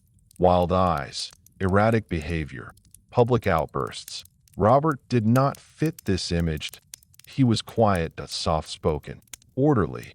This mismatch between expectation and reality protected him. People do not look for monsters where they expect only eccentricity. Robert also believed this narrative. He believed that as long as he did not look like a monster, he could not be one. This self-deception allowed him to continue without confronting his own nature. In his mind, monsters were other people. People who were sloppy. People who were impulsive. People who got caught. He was different. He was careful. He was controlled. This belief fed his arrogance. Arrogance breeds mistakes. But those mistakes had not yet reached a scale that threatened him. For years, the dungeon remained private, undisturbed, unchallenged, operating in plain sight. The house on Charlotte Street stood as a quiet symbol of how evil does not always announce itself with chaos or spectacle. Sometimes it whispers, sometimes it blends in. Sometimes it looks exactly like everything else, and as long as no one expects to find a dungeon behind an ordinary door, the dungeon can continue to exist, waiting, working, silent. Chapter 9. Escalation. By the mid-1980s, Robert BERDELLA's crimes had moved beyond experimentation and into a phase defined by confidence and expansion. The careful testing of earlier years had given him what he believed was a proven system. He knew how to lure. He knew how to restrain. He knew how to control. He knew how to clean. Most importantly, he believed he knew how to avoid consequences. This belief changed everything. Where once he had acted cautiously, now he began to take measured risks. Not reckless risks. Not dramatic risks. but small increases in frequency, duration, and severity that gradually reshaped the scale of his activities. Escalation did not announce itself that IT crept. Robert began bringing people home more often. The gaps between incidents shortened. What had once been spaced weeks apart became days. His routines adjusted to accommodate this increase, that he kept larger quantities of drugs on hand, that he stocked more food. He purchased additional restraints. Each purchase felt justified. He was simply being prepared. The more he repeated his cycle, the more detached he became. The emotional response he had once felt, the rush, the intensity, diminished. This was not because his desires had faded. It was because repetition dulls sensation. To achieve the same internal response, he needed greater stimulation. This is a common trajectory in patterns of compulsive behavior. Tolerance builds. Intensity must increase. Robert responded by extending captivity. Holding someone for a few hours no longer satisfied him. He wanted. Dazed, he wanted to observe long-term psychological breakdown, that he wanted to watch hope decay. This focus on duration changed the nature of his crimes. Longer captivity meant greater logistical complexity. Victims needed to be fed. Waste had to be managed. Noise had to be controlled for extended periods. Robert adapted, that he refined schedules, that he adjusted drug regimens. He developed ways to move victims between rooms to avoid pressure sores and medical emergencies that might end the experience prematurely. His goal was not death. His goal was sustained control. Death, when it occurred, was often the byproduct of prolonged abuse rather than the primary objective. However, as escalation continued, death became more frequent. The line between controlling someone and killing them blurred. Robert did not mourn this shift, that he rationalized it. He told himself that victims would eventually die anyway. He told himself he was simply accelerating an inevitable process.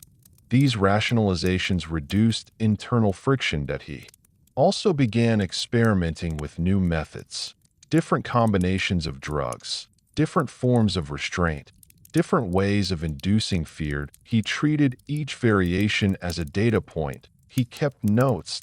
He compared outcomes. He refined techniques. This obsessive documentation reinforced his self-image as a methodical operator rather than a criminal. Robert also began photographing some of his victims. These photographs were not souvenirs in the traditional sense. They were records, visual confirmations of. Controlled, he kept them hidden, that he revisited them occasionally. They served as reminders of his power. They also functioned as a backup source of stimulation when he was between encounters. This shift marked another escalation. The creation of permanent records increased risk. But Robert believed his secrecy was absolute. He underestimated the danger of evidence. As his activities intensified, Robert's sense of superiority grew, that he saw himself as operating on a level beyond ordinary criminals. He was not impulsive, that he was not sloppy, he was not driven by rage, he was driven by structure. This self-concept made him dismissive of law enforcement's ability to catch him. He believed police focused on obvious crimes, street violence, robberies, public disturbances, not quiet disappearances of marginalized individuals. This belief was not entirely unfounded, but it was dangerously overconfident. Robert also began to experience increased paranoia. Escalation brings attention, even if subtle, that he noticed when neighbors were outside more than usual, that he noticed unfamiliar cars, that he monitored news reports more closely, that he listened for any mention of missing persons. When he felt uneasy, he paused his activities briefly, not out of remorse, out of self-preservation. These pauses did not represent restraint. They represented strategy. Once he felt safe again, he resumed. Robert also started to rely more heavily on intimidation. When releasing victims, he issued more explicit threats. He claimed to have friends in the police. He claimed to know where their families lived. He claimed he would hunt them down. Most of these claims were false, but fear made them real. This reliance on fear suggested that Robert was becoming aware, at least subconsciously, that his risk was increasing.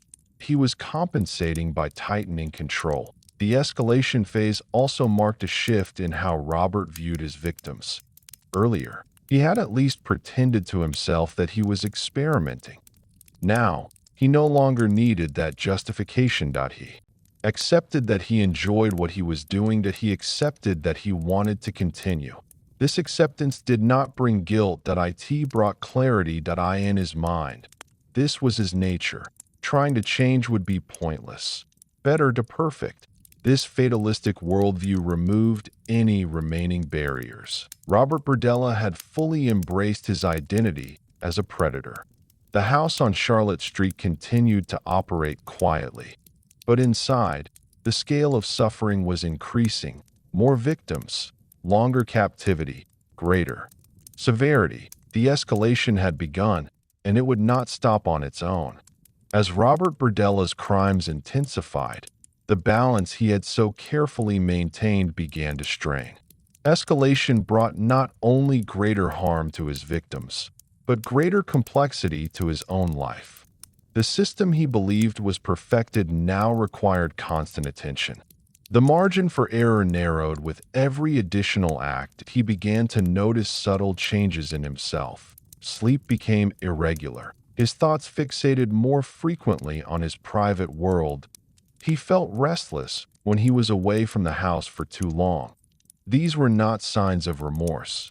They were signs of dependency. Control had become his primary source of psychological satisfaction. Without it, he felt empty, irritable, distracted. This dependency pushed him to act more often, even when circumstances were not ideal. He told himself he could manage it. He always had before. But escalation changes the stakes. The longer he held victims, the more opportunities existed for something to go wrong. Illness, injury, unexpected noise, resistance. Each variable introduced risk. Robert responded by tightening his routines further. He imposed stricter schedules. He limited unnecessary movement. He increased sedation. These measures reduced unpredictability, but they also increased danger. Higher drug dosages increased the likelihood of overdose. Longer restraint increased the likelihood of medical complications. Robert was aware of these risks. He accepted them in his mind. Risk was a technical problem, not a moral one. He also began to underestimate the resilience of those around him. Some victims resisted longer than he expected. Some maintained clarity. Some attempted escape with surprising ingenuity. Each act of resistance angered him, not because it challenged his power, but because it disrupted his system. He responded to these disruptions with increased severity. Punishment became more immediate. Tolerance diminished. This shift represented another escalation. Earlier, Robert had taken pride in patience. Now, impatience crept in. Impatience leads to mistakes. Robert also began keeping victims for overlapping periods, not always simultaneously in the same space, but within the same general time frame. This increased efficiency, but also increased cognitive load. He had to remember who needed what, who was sedated, who was conscious, who might resist. The house, once a controlled environment, began to feel crowded with secrets. This mental strain did not slow him down. It pushed him forward. When under stress, Robert sought relief in the only way he knew how. By exerting control. The escalation also affected how he disposed of bodies. With increased frequency came increased urgency. He had less time to plan elaborate disposal methods. He relied more on routine. Routine can become predictable. Predictability is dangerous. The same time, Robert grew increasingly dismissive of potential consequences. Each successful evasion reinforced his belief that he was invincible. He began to see close calls not as warnings, but as proof of his skill. This mindset is common in long-running offenders. Survival becomes validation. That Robert's journals from this period reflect this arrogance. His writing became more concise, less exploratory. He wrote as though outcomes were assumed. He no longer questioned whether something would work. He assumed it would. This assumption reduced caution. That he also began to blur his public and private lives in small ways. That he appeared more distracted in social settings. He occasionally missed commitments. That he spoke less. These changes were subtle, but they represented cracks in his compartmentalization. People did not immediately notice, but patterns were forming. Escalation also changed the emotional tone of his crimes. Early encounters had been fueled by curiosity and anticipation. Later encounters were fueled by compulsion. That he was no longer chasing a specific fantasy, he was feeding a need. This shift reduced satisfaction, and no matter how severe the acts became, the internal reward diminished quickly. This created a dangerous feedback loop. Diminished reward led to increased severity.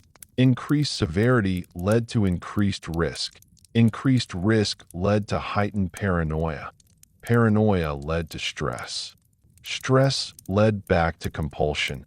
The cycle tightened. Robert's sense of control began to feel more fragile. He compensated by exerting more force. This compensation accelerated escalation further. He also became more careless in some respects. Not dramatically careless, but incrementally. He reused methods. He relied on intimidation rather than isolation. He assumed silence rather than ensuring it. These assumptions would eventually prove false. The escalation phase is often the most dangerous period in a serial offender's trajectory. It is when confidence peaks and caution declines. It is when systems strain. Under increased demand. It is when the offender begins to make decisions based on desire rather than calculation. Robert BERDELLA was entering that phase. The house on Charlotte Street was still quiet from the outside, but inside, the pressure was building. The system was no longer sustainable. Something had to give. Escalation rarely ends voluntarily. It ends through interruption, through exposure, through error. Robert did not yet realize how close he was to that point, but the path toward it was already set. Chapter 10. The Journal of Darkness. Long before Robert BERDELLA's crimes were exposed to the world, they existed in another form. Not just in memory, not just in action, but on paper. Bound inside notebooks, scraps of loose pages, and handwritten logs that recorded his inner world with chilling precision. For Robert, writing was not therapy. It was reinforcement.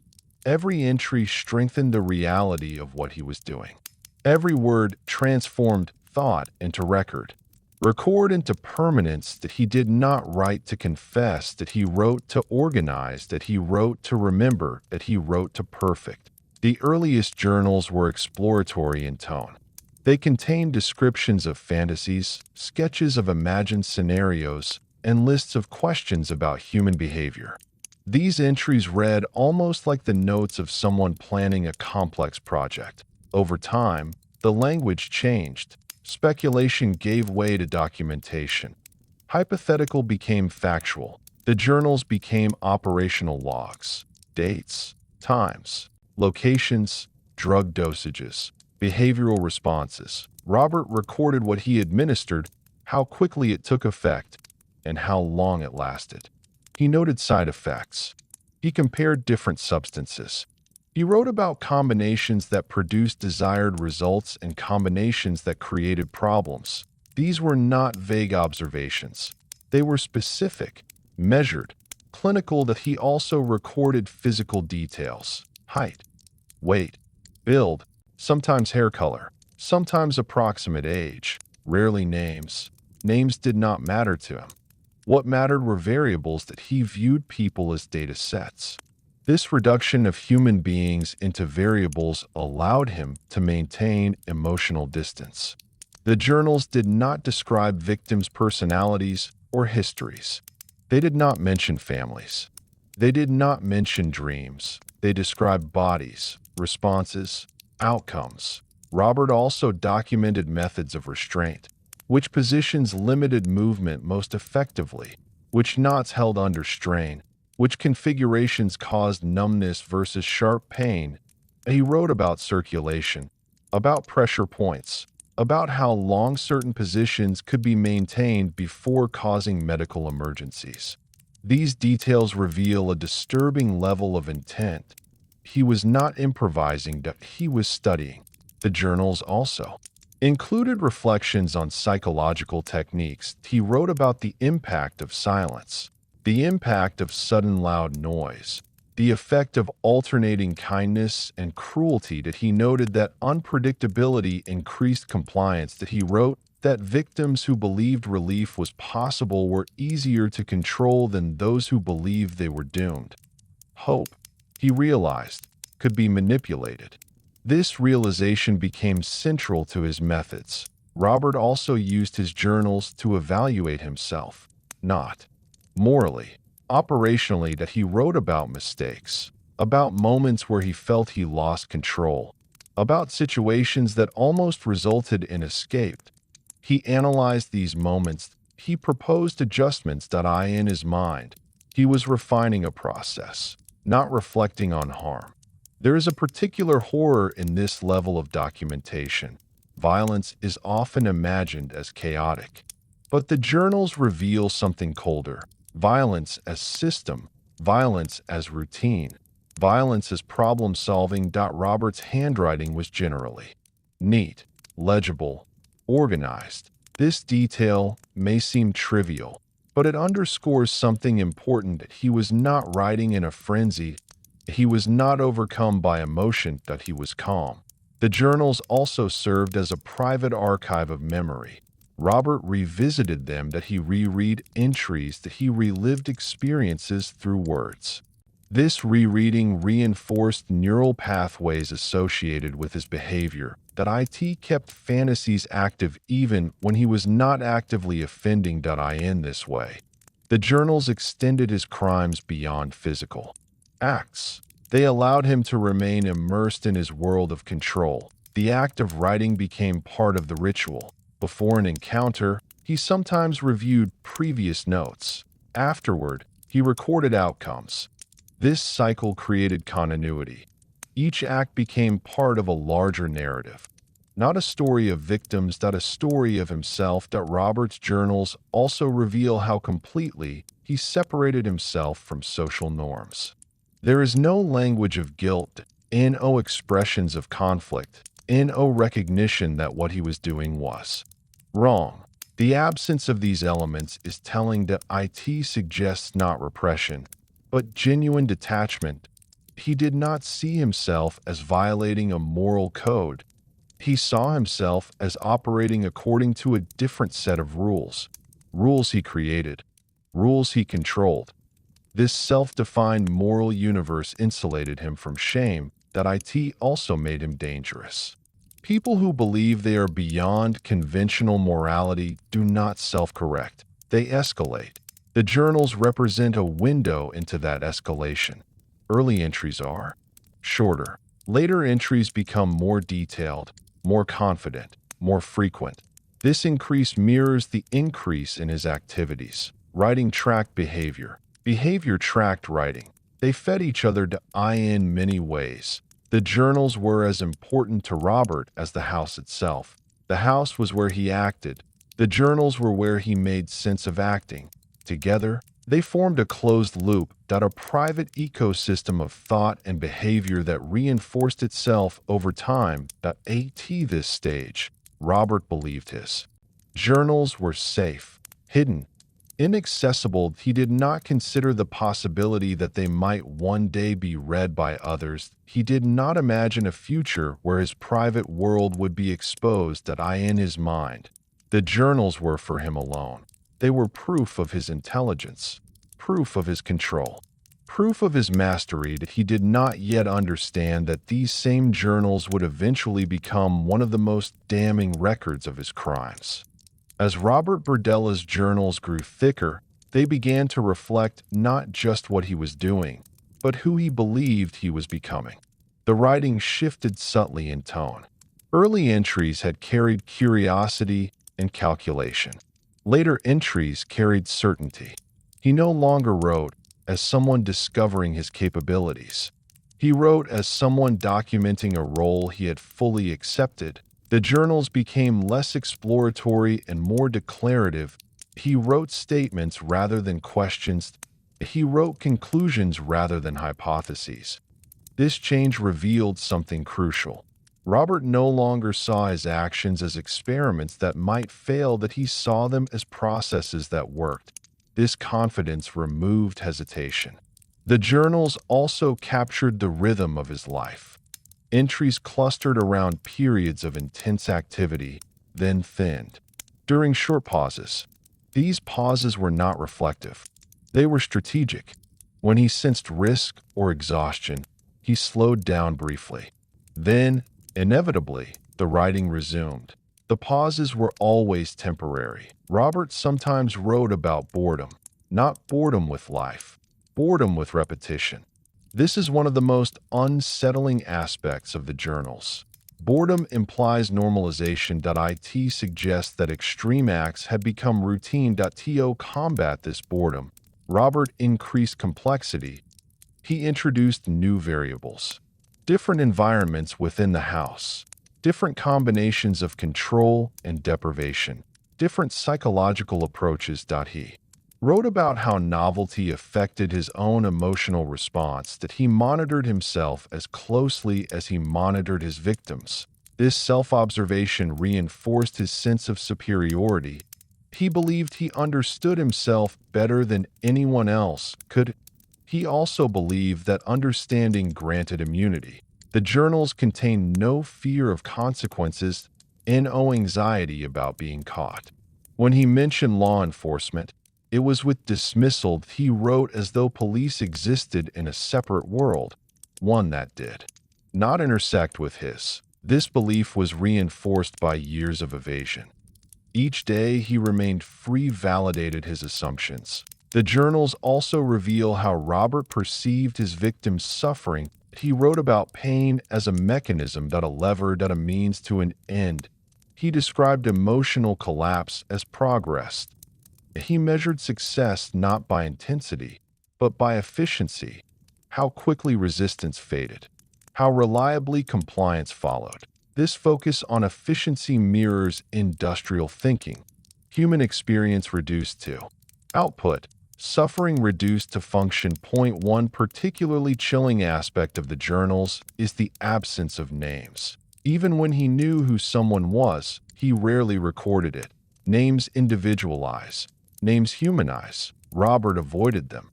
Instead, he used descriptors, age ranges, physical characteristics, behavioral traits. This abstraction allowed him to treat people as interchangeable components. If one failed to behave as expected, another could replace them. This interchangeability made killing easier. It also made forgetting easier. The journals were not just records of past acts. They were blueprints for future ones. Robert wrote about what he wanted to try next, what he wanted to improve, what he believed he had not yet perfected. These future-oriented entries demonstrate that he did not view his behavior as finite. He did not plan to stop. He planned to continue, indefinitely.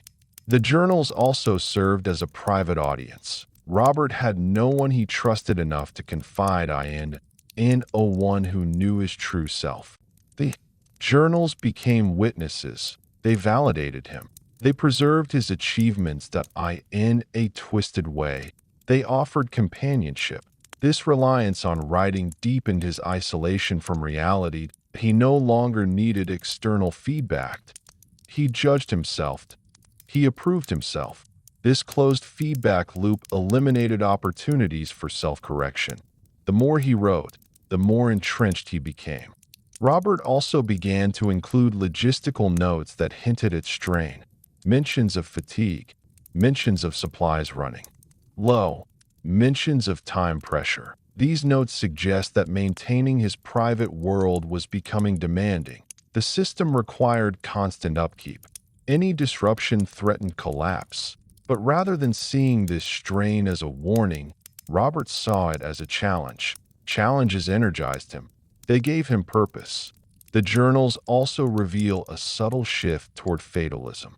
Occasional entries suggest that Robert believed discovery was inevitable, but not imminent. He wrote as though exposure was a distant abstraction, something that might happen someday, but not today. This fatalism did not stop him. It freed him. If discovery was inevitable, he reasoned, then restraint was pointless. Better to continue fully. This mindset is common in individuals who have committed irreversible acts. Once the line is crossed far enough, retreat feels impossible. The journals reflect this sense of no return. There is no entry expressing a desire to stop, no plan for an exit, no contemplation of change, only continuation. From a psychological perspective, the journals represent a complete internalization of violent identity. Robert BERDELLA did not see himself as someone who did violent things, that he saw himself as someone who was violent. This identity was stable, reinforced, protected. The journals were central to that protection. They organized his thoughts. They justified his actions. They preserved his narrative. Ironically, the same meticulous documentation that made Robert feel powerful would eventually strip that power away. The journals were physical objects. They existed outside his mind. They could be found. They could be read. They could speak when victims could not. At this stage, Robert did not consider that possibility seriously. He believed secrecy was permanent. He believed his private world was secured. He believed his words would remain unseen, that he was wrong. And when the journals finally came to light, they would reveal not just what Robert BERDELLA did, but how completely he had surrendered his humanity in the process. Chapter 11. Escape and Exposure. For years, Robert BERDELLA had structured his world around one central assumption, that no one could leave his house and truly threaten him. Fear, intimidation, shame, and disbelief had worked exactly as he expected. Victims disappeared into silence. Survivors vanished back into the margins. His system, brutal as it was, appeared airtight. But no system built on absolute control remains perfect forever. The event that would ultimately expose Robert BERDELLA did not happen because police uncovered a pattern. It did not happen because neighbors reported suspicious activity. It did not happen because of a tip or a long-term investigation. It happened because one victim refused to accept silence as the only option. In the spring of 1988, Robert brought a young man to his house under familiar pretenses. The routine unfolded as it had many times before. Conversation, a sense of safety, drugs secretly administered, loss of consciousness, restraints. Inside the confinement room, the young man endured days of captivity. He was beaten, deprived of food, threatened repeatedly. Robert told him that no one would look for him, that no one would believe him, that escape was impossible. But something in this victim was different, not stronger in a physical sense, not immune to fear, but stubborn in a way Robert did not fully anticipate. The young man paid attention. He observed routines. He listened for patterns. He noticed when Robert became careless. He noticed when drugs wore off slightly faster than expected. He stored details in his mind. Even in pain, even in exhaustion, he remained mentally alert. This alertness would save his life. On a day when Robert left the room longer than usual, believing the victim was too weak to attempt anything, an opportunity appeared. The restraints were still in place. but one binding was slightly looser than it should have been. Robert had grown accustomed to compliance. That assumption created vulnerability. The young man began working at the restraint slowly, quietly. Each small movement caused pain, but pain was preferable to captivity. Minutes stretched, then longer. Eventually, he managed to free one hand, then another. His body was weak, that he was dizzy, but he was freed. He did not search the house. He did not attempt to gather evidence. He did not confront Robert, that he ran. Barefoot and injured, he fled the house and ran to a neighbor's home that he banged on the door. When it opened, the young man collapsed inside, that he told them he had been held captive. Tortured, he named Robert BERDELLA. For the first time in years, a voice broke through the silence. Police were called.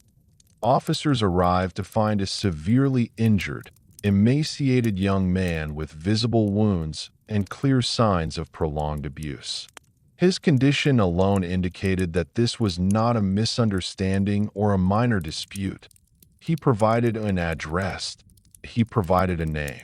The quiet house on Charlotte Street was no longer invisible. When officers approached Robert BERDELLA's home, they did not yet know the full scope of what awaited them. They expected a potential assault investigation, possibly a kidnapping. They did not expect a dungeon. Robert answered the door calmly. He did not resist. He did not flee. He did not attempt to destroy evidence. This calmness was consistent with his belief that he could talk his way out of anything. Inside the house, officers immediately noticed unusual items: restraints, syringes, medical supplies, chemicals, locks. Rooms that did not look like normal living spaces. The house felt wrong. Even before the full search began, it was clear that something far more serious was happening. Robert was taken into custody, that a search warrant was obtained. What investigators discovered inside the house would shock even seasoned professionals. Photographs, journals, detailed logs, tools, evidence of prolonged captivity, evidence of multiple victims. The scale of the operation became apparent quickly. This was not an isolated incident. This was a long-running pattern. The young man's escape did not just save his own life. It unlocked a hidden world. Point one that had existed for years in the heart of Kansas City. For Robert BERDELLA, the illusion of invincibility shattered in a single moment. The system he had spent decades building collapsed because one victim refused to disappear quietly. Silence had protected him. Now, a voice had broken it. Once Robert BERDELLA was taken into custody, the controlled world he had built began unraveling rapidly. For years, he had managed every detail of his private universe. Now, others were stepping inside it, documenting what he had worked so hard to hide. Investigators moved through the house methodically. They photographed rooms. They cataloged items. They opened drawers, closets, and storage containers. With each step, the scope of BERDELLA's activities became more apparent. Restraints were found in multiple locations: handcuffs, ropes, chains, surgical instruments, large quantities of syringes, bottles of sedatives and painkillers, containers of chemicals. These items were not scattered randomly. They were organized, grouped, accessible. This organization suggested routine use, not experimentation, not curiosity, routine. Investigators also discovered notebooks, journals, loose pages filled with handwriting. At first glance, they looked like personal diaries. Closer inspection revealed something far more disturbing: detailed logs, descriptions of acts, dates, and times, notes about drug dosages and victim responses. The journals functioned as a map of BERDELLA's inner world. They documented years of abuse. They indicated multiple victims. They described acts that went far beyond the escapee's account. For detectives, the realization was overwhelming. They were not dealing with a single kidnapping. They were dealing with a serial predator. A S-word spread through the department. Additional resources were brought in, specialized units, forensic teams, medical examiners. The house was treated as a major crime scene. Every surface was examined. Samples were collected. Blood traces were identified in areas that had been cleaned repeatedly. These traces confirmed what the journal suggested. People had suffered and died in this house. Berdella was questioned at first. He maintained a calm demeanor that he spoke politely. He answered some basic questions. He did not immediately confess, but he did not deny everything either. That he appeared curious about what investigators knew, how much they had discovered. This curiosity revealed his mindset. He still believed he could control the narrative. That as evidence mounted, Berdella began to talk, not out of remorse, not out of empathy, but out of a desire to be understood. He wanted to explain himself, that he wanted to describe his methods, he wanted to present himself as complex in his mind.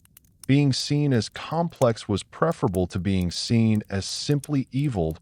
He eventually admitted to killing multiple victims. The number would change over time as more evidence emerged. Some bodies were recovered. Others were never found. This uncertainty would haunt families and investigators alike. Each confession added another layer to an already horrific picture. Kansas City was stunned. News of the arrest spread quickly. Headlines described a quiet man with an exotic pet business who had been running a torture chamber in his home. Neighbors struggled to reconcile what they had known with what they were now learning. Some recalled brief, ordinary interactions that waved at a short conversation. Nothing that hinted at the truth. The contrast was deeply unsettling.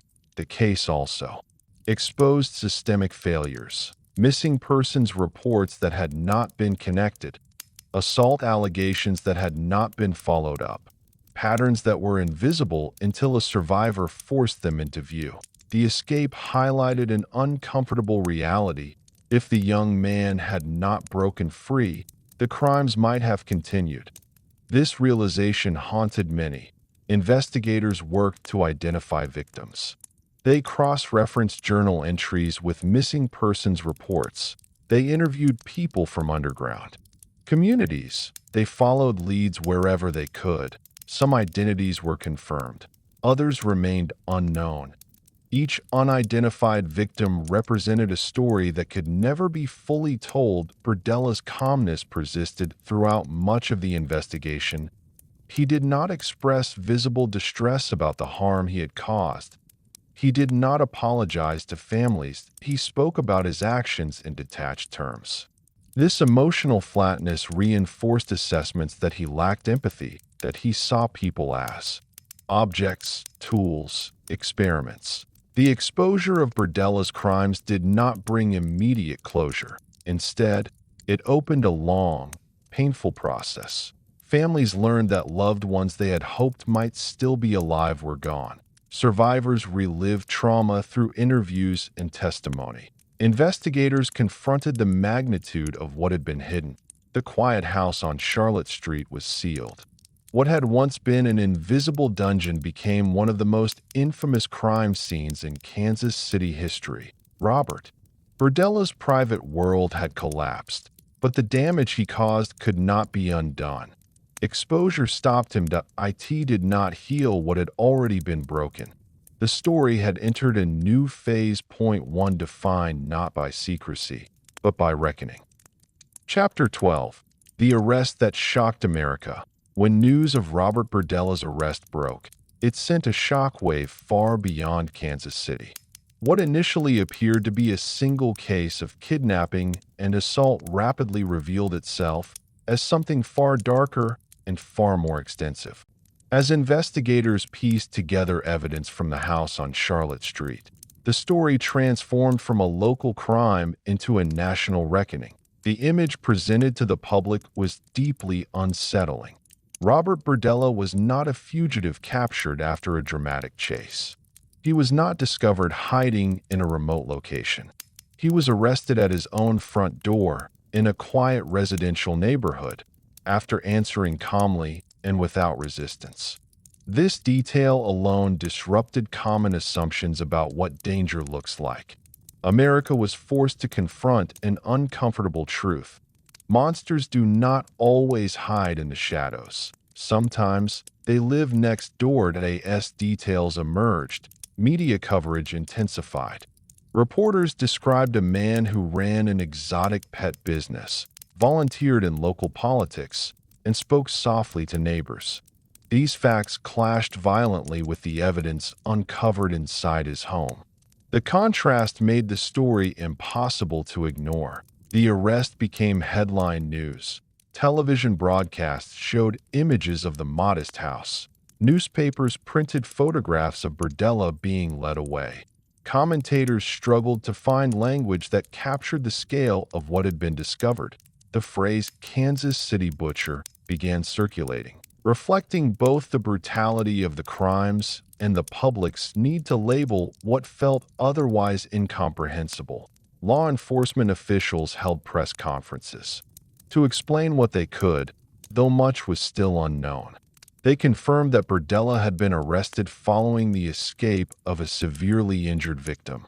They acknowledged that evidence suggested multiple murders. They cautioned that the investigation was ongoing. Even with these measured statements, the implications were clear. This was not a single act of violence. This was a pattern. The arrest forced police departments across the country to re-examine assumptions about serial crime. BERDELLA did not fit the stereotypical profile many imagined. He had no criminal record for violent offenses. He was not visibly unstable. He was organized, patient, and socially functional. This realization unsettled professionals and the public alike. If someone like BERDELLA could operate undetected for years, who else might be hiding in plain sight? As journalists dug deeper, they uncovered aspects of BERDELLA's life that, in retrospect, took on new significance. His fascination with anatomy, his collection of medical equipment, his journals, his isolation, his ability to compartmentalize. These details were analyzed endlessly. Psychologists were interviewed. Criminologists offered theories. Talk shows debated warning signs. Yet for many viewers, none of these analyses provided comfort. The arrest did not make the world feel safer. It made it feel less predictable. Kansas City itself became a focal point. Residents expressed shock, fear, and disbelief. Neighbors spoke to reporters, describing BERDELLA as quiet and polite. Some struggled with guilt, wondering if they had missed signs.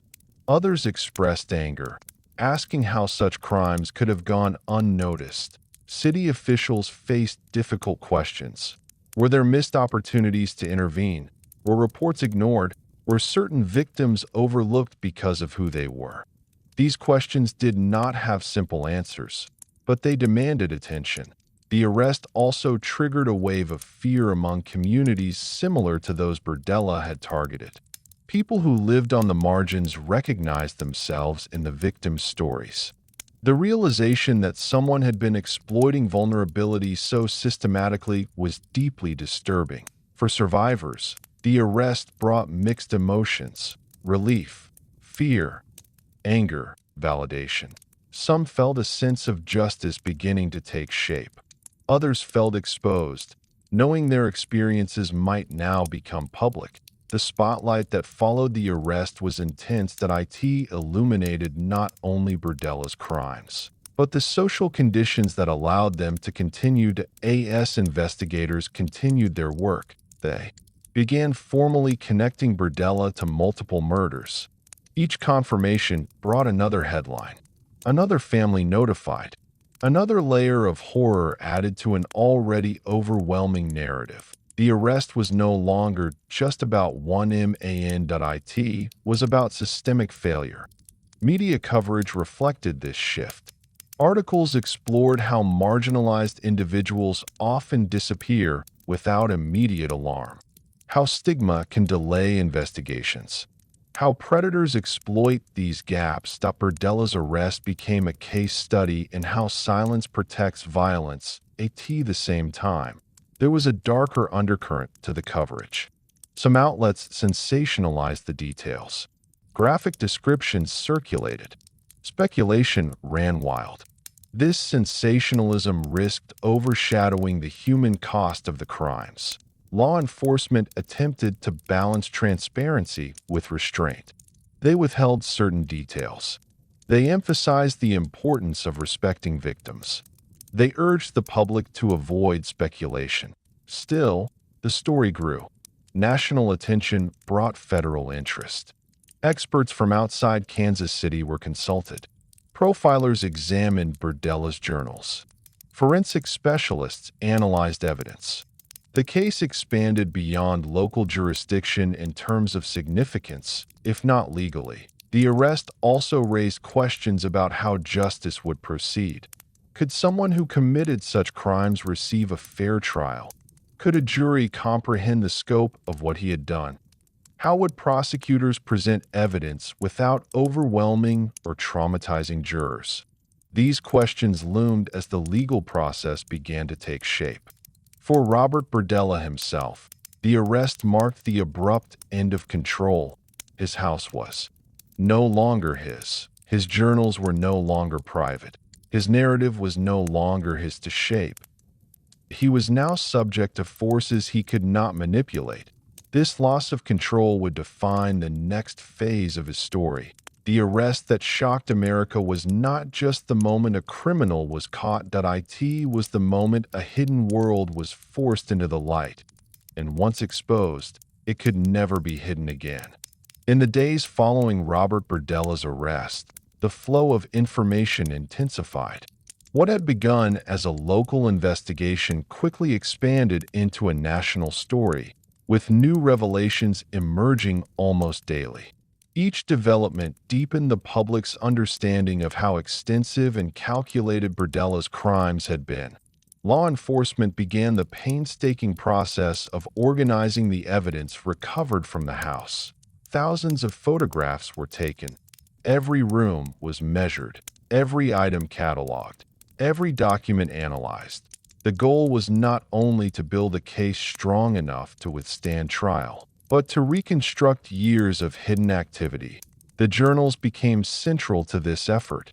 Investigators treated them as both confessions and roadmaps.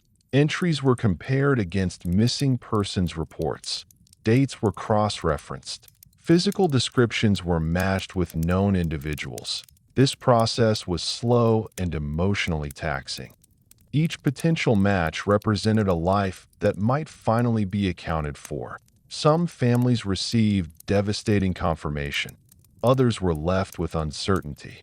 Not every entry could be tied to a specific person. Some victims remained unidentified. This incompleteness underscored the scale of what had been lost. The arrest also prompted a review of previous interactions between Berdella and law enforcement. Officers discovered that Berdella had been arrested in earlier years for minor offenses such as theft. He had also been institutionalized briefly as a young adult. None of these encounters had flagged him as a potential violent offender. This revelation troubled many. It suggested that warning signs, while present, had not coalesced into actionable concern. The criminal justice system, like society at large, had failed to see the full picture. Public reaction oscillated between outrage and disbelief. Talk shows featured experts discussing the psychology of serial offenders. Newspapers published long-form investigations. Television networks aired documentaries. The story dominated headlines. But amid this media storm, there was a quieter, more personal reality. Families were grieving. Survivors were processing trauma. Communities were grappling with a sense of violation. The arrest had exposed not only a killer, but a collective vulnerability. Kansas City officials faced scrutiny. Questions were raised about whether missing persons cases involving marginalized individuals had been taken seriously enough. Advocacy groups called for reforms, better tracking of disappearances, improved communication between departments, greater sensitivity toward victims from stigmatized communities. These discussions did not undo the past, but they signaled a desire to prevent similar failures in the future. For prosecutors, the challenge was immense. They had to decide how many charges to file, which cases had sufficient evidence, how to present the narrative to a jury without overwhelming them. They also had to consider the emotional toll on witnesses. Survivors would be asked to testify. Investigators would describe graphic scenes. Jurors would be exposed to disturbing material. The weight of responsibility was enormous. Robert BERDELLA, meanwhile, remained in custody. Observers noted that he appeared composed, he did not lash out, that he did not break down, that he seemed more interested in talking about himself than about the harm he had caused. This demeanor reinforced psychological assessments that he lacked empathy. He continued to view himself as the central figure in the story, not the victims. The arrest had stripped BERDELLA of physical control, but he still sought narrative control. That he spoke to investigators in ways that emphasized his intelligence, that he described his methods in detail. He positioned himself as someone who understood his own psychology. This self-focus disturbed those who interacted with him. IT suggested that even in captivity, he did not truly grasp the magnitude of what he had done. As legal proceedings moved forward, the case became a symbol of how predators exploit invisibility, a symbol of how societal blind spots can have lethal consequences, a symbol of why survivor voices matter. The arrest also had a broader cultural impact. IT influenced how law enforcement approached cases involving vulnerable populations. IT prompted discussions about profiling, prevention, and early intervention. IT became part of criminal justice training, not as a sensational tale, but as a cautionary one. For many Americans, the name Robert BERDELLA became synonymous with betrayal of trust, a reminder that danger does not always wear a frightening face. Sometimes it wears the face of a quiet neighbor. The arrest that shocked America did more than remove a killer from the streets. IT forced a reevaluation of assumptions about safety, about normalcy, about who is seen and who is not. This reevaluation did not bring comfort, but it brought awareness. And awareness, however painful, is the first step toward change. Chapter 13. Inside the mind of a sadistic killer. Understanding Robert BERDELLA does not mean excusing him. It does not mean humanizing his actions in a way that diminishes their horror. It means examining the psychological mechanisms that allowed a person to systematically torture and kill while maintaining a calm exterior. This examination is not about curiosity alone. It is about recognizing patterns that, when left unaddressed, can lead to catastrophic outcomes. From a psychological standpoint, Robert BERDELLA displayed traits commonly associated with severe personality pathology. He exhibited profound lack of empathy, a need for control, manipulativeness, and an absence of remorse. These traits were not fleeting. They were stable over time, suggesting a deeply ingrained personality structure rather than temporary disturbance. One of the most prominent features of BERDELLA's psychology was his fixation on control over environment, control over bodies, control over time, control over narrative. This fixation can be traced back to his childhood, where he experienced a home environment dominated by fear and authoritarian discipline. As a child, he had little autonomy. Decisions were made for him. Mistakes were punished harshly. Emotional expression was discouraged. For some individuals, such environments produce anxiety and withdrawal. For others, they produce rage and a desire to reverse the power dynamic. BERDELLA fell into the second category. Rather than seeking healthy ways to reclaim agency, he constructed a private world in which he could exert absolute authority. His crimes were not random acts of violence.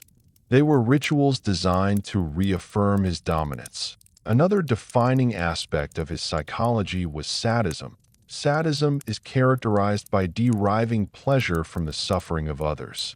In Berdella's case, this pleasure was not necessarily explosive or emotional. It was methodical. He appeared to take satisfaction in the process rather than in any single act he planned, that he observed, that he documented. This suggests that his enjoyment came not only from causing pain, but from orchestrating it. He wanted to be the architect of suffering. Berdella also demonstrated extreme objectification of others. He did not see people as individuals with inner lives, that he saw them as tools, components, instruments through which he could experience control. This objectification was evident in his journals, where victims were reduced to physical descriptions and behavioral data. Names were omitted. Personal histories were irrelevant. Objectification is a common feature in individuals who commit repeated acts of extreme violence. It allows them to bypass natural emotional responses such as empathy and guilt. Another critical component of Berdella's psychology was compartmentalization. He maintained separate mental categories for different aspects of his life: public persona, private rituals, internal fantasies. These categories rarely overlapped. This separation allowed him to function socially while engaging in extreme violence privately. Compartmentalization is not unique to violent offenders. Many people use it to manage stress, but in Berdella's case, it was taken to an extreme that it became a structural feature of his personality. He did not see contradiction between volunteering in politics and torturing people that in his mind. These were separate realms. This separation protected his self-image. Berdella did not see himself as evil, that he saw himself as complex, misunderstood, different. This self-perception allowed him to continue without internal collapse. He also exhibited narcissistic traits, that he believed he was intellectually superior, that he believed he understood human behavior better than others, that he believed he was operating on a level beyond ordinary morality. These beliefs reinforced his sense of entitlement. Entitlement is a dangerous trait that fosters the idea that one deserves special privileges, that normal rules do not apply. For Berdella, entitlement justified his actions, that he believed he had the right to use others for his own purposes.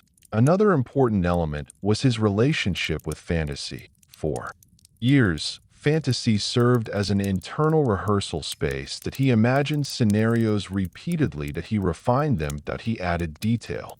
This prolonged immersion blurred the line between imagination and intention, that by the time he acted, the acts felt familiar, rehearsed, inevitable. This process is well documented in cases of planned violent behavior. Fantasy does not cause violence by itself, but when combined with certain personality traits and lack of external intervention, it can become a blueprint. Berdella's fantasies were not about connection, they were about domination. This distinction matters. Violence driven by domination is not about anger alone. It is about identity. The individual defines themselves through control over others. Removing that control feels like annihilation. This is why individuals like Berdella rarely stop voluntarily. Stopping would mean losing the core of who they believe they are. Understanding these psychological components helps explain how Berdella could live a double life. But explanation does not equate to justification. Nothing in his childhood or psychology compelled him to harm others. Many people experience abuse. Many people feel powerless. They do not become serial predators. Berdella made choices, repeatedly, deliberately. Inside the mind of Robert Berdella, suffering was not a tragedy. It was a resource, a means to an end. And that is what made him so dangerous. Another layer of Robert Berdella's psychology becomes visible when examining how he related to responsibility. He did not see himself as someone who caused suffering. He saw himself as someone who revealed it. In his distorted worldview, pain was an inherent part of human existence. He believed he was simply exposing what already lay beneath the surface. This belief served an important function that it allowed him to avoid seeing himself as the origin of harm. Instead, he cast himself as a catalyst. If suffering was inevitable, then he was not responsible for its existence, he was merely facilitating it. This kind of moral disengagement is common in individuals who commit repeated acts of violence. By redefining their role, they reduce internal conflict and preserve a positive self-image. BERDELLA also demonstrated what psychologists describe as emotional detachment. He was capable of recognizing emotions intellectually. He could describe fear. He could describe pain. He could predict emotional responses, but he did not appear to feel concern for those emotions. They were concepts, not experiences. This detachment does not necessarily mean he never felt emotions. That it means his emotional responses were centered on himself, that he felt satisfaction, that he felt frustration, that he felt boredom, that he felt anticipation. He did not feel empathy. This imbalance shaped every interaction. Another critical aspect was his use of manipulation. BERDELLA did not rely solely on physical force, he relied heavily on psychological strategies: lying, threatening, promising relief, withholding information. These tactics allowed him to control victims even when they were not physically restrained. Manipulation also extended to his public life, that he presented himself in ways that elicited trust, that he volunteered, that he participated in community activities, that he appeared helpful. This presentation was not necessarily calculated at first. Over time, however, it became strategic, that he recognized that being perceived as harmless was an asset. He cultivated that perception. This ability to shift personas is often associated with individuals who score high in traits related to psychopathy. Such individuals are often charming, not in a warm sense, but in a superficial sense. They can mimic appropriate social behavior. They understand social rules. They simply do not internalize them. BERDELLA's lack of internalized moral constraints meant that external consequences were the only true deterrent. As long as he believed he would not be caught, there was nothing stopping him. This is why his behavior escalated. There was no internal break. Another element to consider is his relationship with shame. Shame is a powerful emotion that can either motivate, change, or fuel destructive behavior. In BERDELLA's case, shame was present early in life, particularly around his sexuality and perceived inadequacy. Rather than processing this shame in healthy ways, he transformed it into contempt. Contempt for others, contempt for societal norms, contempt for vulnerability. This transformation allowed him to externalize pain. Instead of feeling defective, he convinced himself that others were inferior. Hurting them became a way to assert superiority. This dynamic is often seen in individuals who commit acts of domination-based violence. The violence is not only about pleasure. It is about correcting a perceived imbalance. I was once weak. Now I am strong. This narrative is psychologically seductive. It provides a sense of coherence, a story that makes sense of suffering, but it is built on a lie. Power obtained through cruelty is unstable. It requires constant reinforcement. This is why BERDELLA could never be satisfied.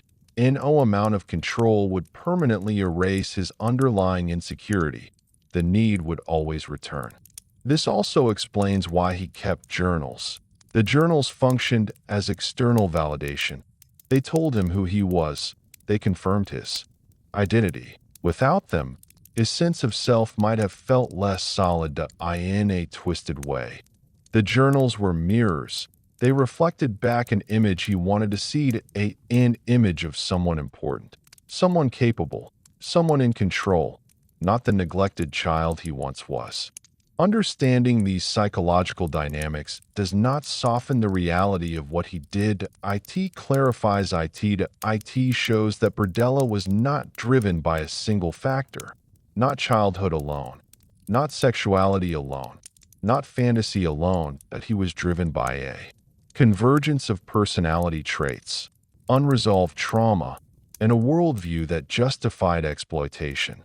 Crucially, none of these factors removed his capacity for choice at many points in his life. BERDELLA could have sought help, he could have acknowledged his thoughts, he could have entered therapy, that he could have removed himself from situations where he felt tempted.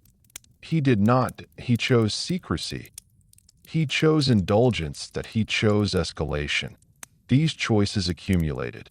They formed a trajectory inside the mind of Robert BERDELLA. Was not chaos, that it was structure, not confusion, but clarity, not madness in the cinematic sense, but a cold, organized system of beliefs that placed his desires above all else. This is perhaps the most disturbing aspect of his psychology. He was not out of control, that he was in control, and he liked it. Chapter 14. Trial, Confession, and Life Sentence. The legal reckoning for Robert BERDELLA unfolded slowly, burdened by the weight of evidence and the complexity of the crimes. What investigators had uncovered inside the house on Charlotte Street was unlike anything Kansas City's courts had faced before. The volume of material alone, journals, photographs, forensic reports, survivor testimony, was staggering. Each piece represented not just a crime, but a human life irrevocably altered or ended. Prosecutors knew from the beginning that this would not be a conventional trial. They were not presenting a single incident. They were presenting a pattern of systematic abuse, torture, and murder spanning years. Their challenge was twofold. First, they had to build airtight cases for specific charges that could be proven beyond reasonable doubt. Second, they had to communicate the scale of BERDELLA's actions without overwhelming or traumatizing jurors to the point of emotional shutdown. This required careful strategy. Rather than attempting to present every known detail at once, prosecutors selected representative cases with the strongest physical and testimonial evidence. These cases would form the backbone of the prosecution, while additional information would provide context. Robert BERDELLA was charged with multiple counts of murder, along with numerous counts related to kidnapping, sexual assault, and aggravated criminal acts. Each charge carried the possibility of severe penalties. The defense faced an uphill battle. The physical evidence alone was damning. Survivor testimony was compelling. The journals, in particular, were devastating. They were written in BERDELLA's own hand. They described acts in detail. They corroborated survivor accounts. They demonstrated premeditation. There was no plausible alternative explanation. Despite this, BERDELLA initially entered a plea of not guilty. This plea was less about denying facts and more about preserving procedural rights. His legal team explored possible strategies, including arguments related to mental illness. However, psychiatric evaluations concluded that BERDELLA was legally sane, that he understood the nature of his actions, he understood the difference between right and wronged. He simply chose to ignore it. This finding eliminated one of the few potential avenues for mitigation. As pretrial hearings progressed, the sheer volume of evidence became clear. The prosecution possessed thousands of pages of documentation, dozens of photographs, hours of recorded interviews. The prospect of a full trial promised to be long, expensive, and emotionally grueling.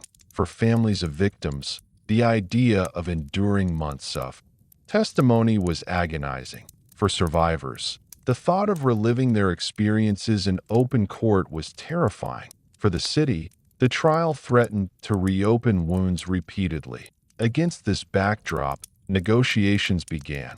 Prosecutors approached Berdella's defense team with the possibility of a plea agreement that in exchange for guilty pleas to multiple counts of murder, the state would not seek the death penalty.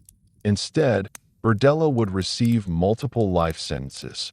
This approach served several purposes. It guaranteed that Berdella would spend the rest of his life in prison. It spared victims and families the trauma of a prolonged trial. It conserved judicial resources. It ensured a measure of closure. Berdella agreed to the deal. In court, he formally pleaded guilty to several counts of murder. The courtroom atmosphere during these proceedings was heavy.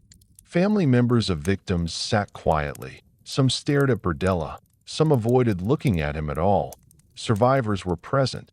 Their mere presence spoke volumes. Berdella, for his part, remained composed. He did not offer a heartfelt apology.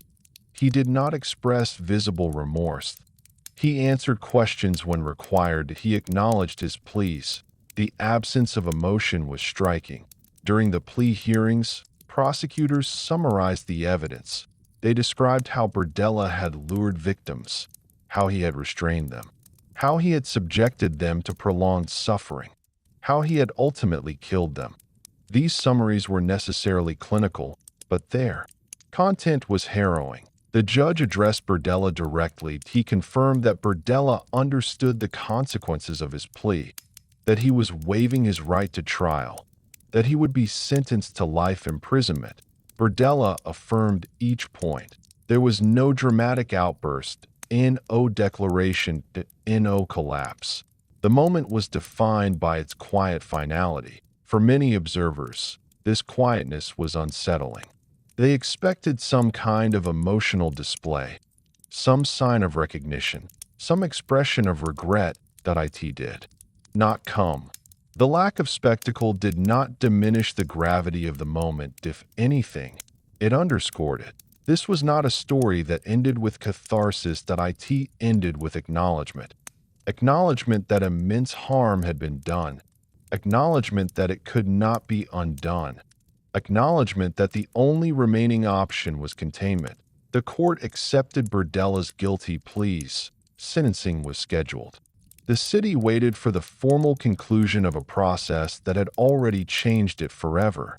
When the day of sentencing arrived, the courtroom carried a weight that was difficult to articulate. This was not anticipation in the traditional sense. There would be no surprises, no dramatic verdict. Robert Berdella had already admitted to his crimes. What remained was the formal acknowledgement of responsibility and the imposition of consequences that could never truly match the harm inflicted. The judge entered. The room stood. Silence followed. Prosecutors outlined the terms of the plea agreement one final time.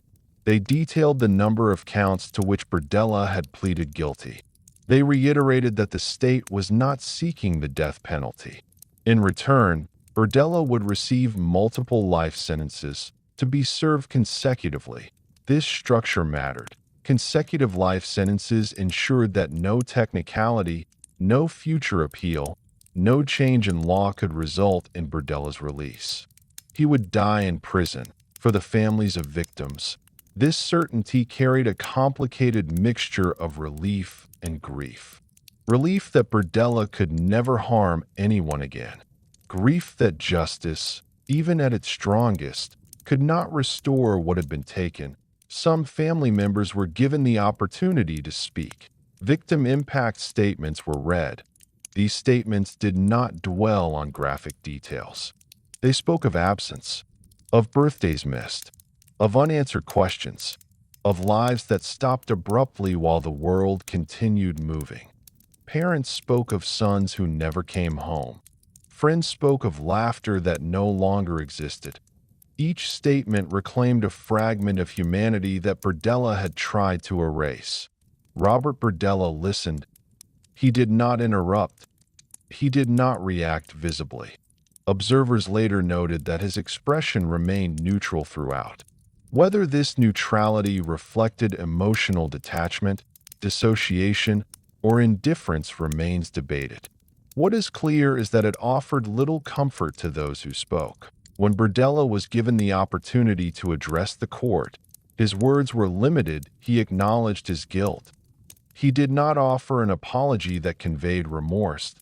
He did not attempt to explain himself in detail.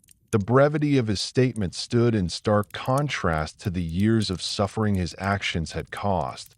The judge then delivered the sentence. Life imprisonment. Repeated.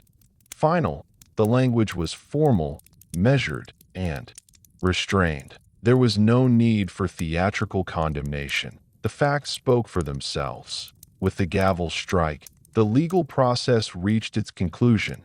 Robert Berdella was led away, no longer as a suspect or defendant, but as a convicted serial murderer. For Kansas City, the sentencing marked an endpoint, but not closure.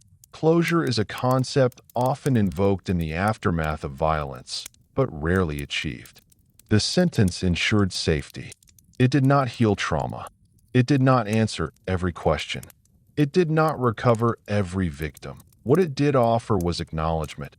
Acknowledgement that what happened was real, that it mattered, that it would not be minimized or forgotten. In prison, Berdella's life became tightly controlled. The power he had once wielded vanished. Every aspect of his day was regulated. Movement, food, interaction. This loss of control was profound. For someone whose identity was built on dominance, incarceration represented a complete reversal. He was no longer the authority he was subject to it. Reports from prison staff indicated that Berdella remained largely quiet and withdrawn. He did not display the violent behavior inside prison that some might have expected. This, too, aligned with his psychological profile. His violence had always been situational, dependent on absolute control. In prison, that control was impossible. He spent much of his time alone. That he wrote occasionally. He received limited correspondence. That he was, in many ways, fading. In 1992, Robert Berdella died in prison due to complications related to heart disease. His death did not bring a renewed wave of attention. There were no public memorials, no ceremonies. The moment passed quietly. For some, this quietness felt appropriate. For others, it felt unsatisfying. But history does not require spectacle to remember. The story of Robert Berdella does not end with his death. It lives on in the lives he destroyed. In the trauma carried by survivors. In the questions raised about how such crimes were allowed to continue for so long. The trial, confession, and life sentence represented society's attempt to respond to something that defied easy explanation.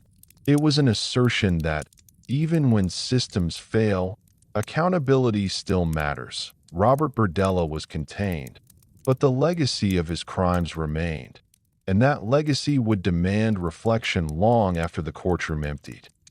Chapter 15. The Legacy of the Kansas City Butcher. The story of Robert Berdella did not end when the prison doors closed behind him, nor did it end with his death. Some crimes leave behind more than victims and evidence. They leave questions that echo for decades.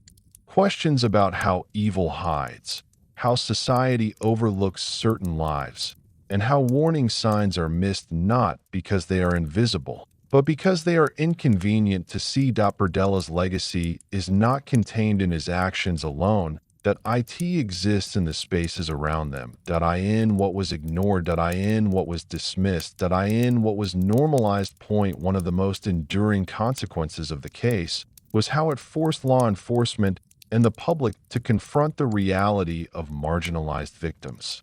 Many of the men Berdella targeted lived outside traditional support systems.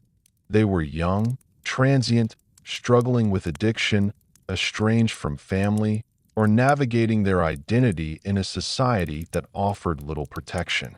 Their disappearances did not trigger immediate alarm, not because they were unimportant, but because the systems designed to notice absence were never built with them in mind.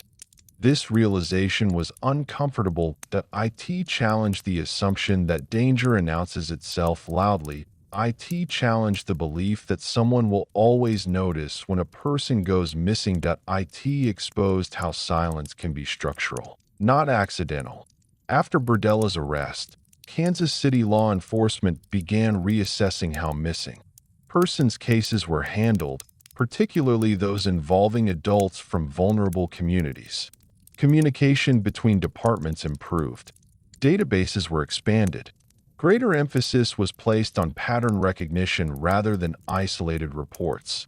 These changes did not undo past harm, but they represented acknowledgement that invisibility can be lethal. The case also influenced how investigators approached serial crimes. Berdella did not fit the popular image of a serial killer. He was not visibly chaotic. He was organized, patient, and socially functional. His crimes were private, prolonged, and hidden within domestic space.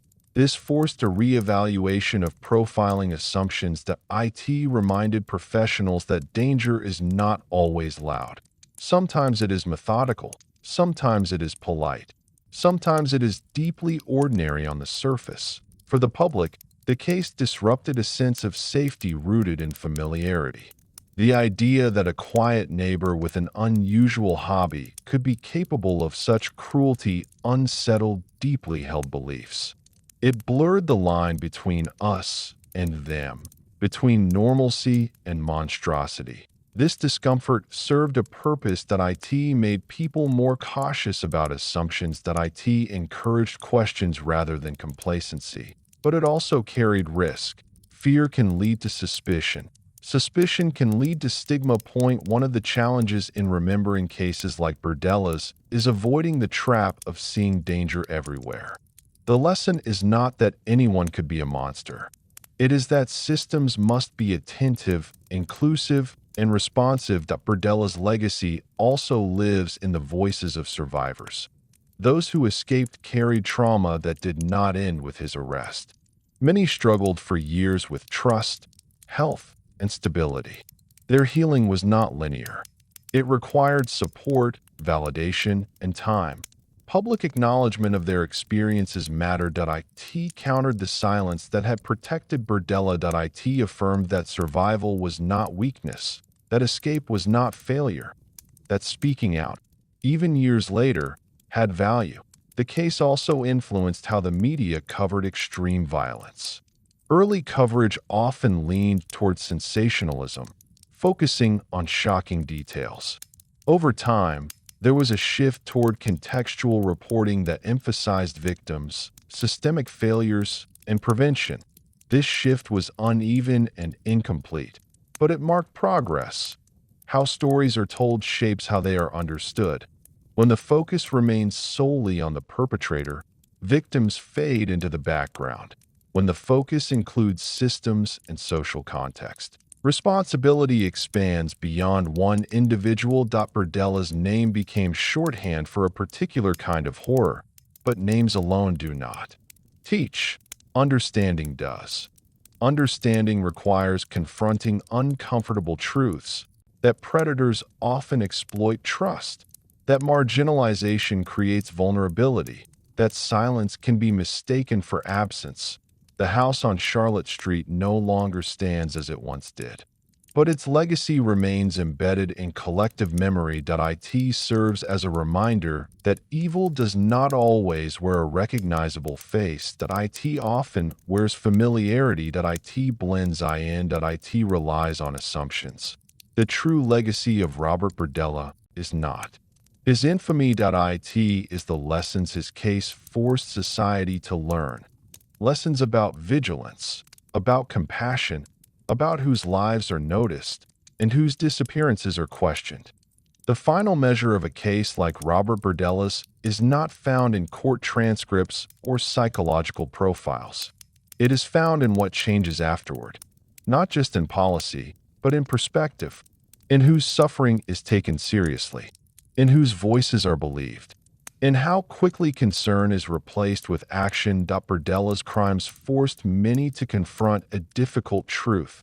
Violence does not exist only at society's edges. IT can exist in its quiet center, but IT can exist behind doors that look like every other door.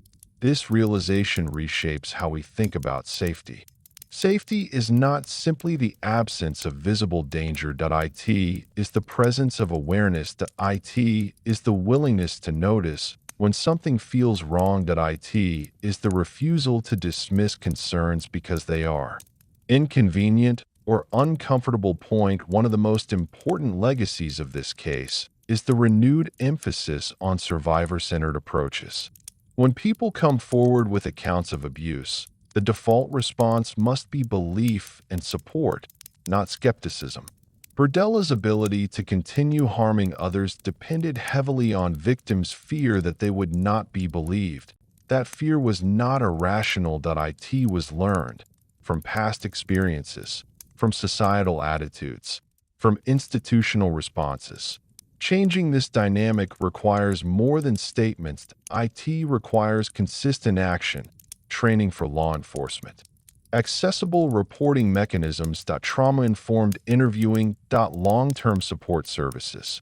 These are not abstract ideals. They are practical tools that save lives. The case also highlights the importance of community-level awareness.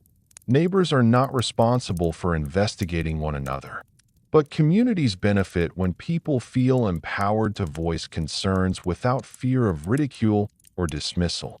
Not every odd behavior signals danger, but patterns matter. Repeated disturbances, unusual isolation, signs of someone being held against their will.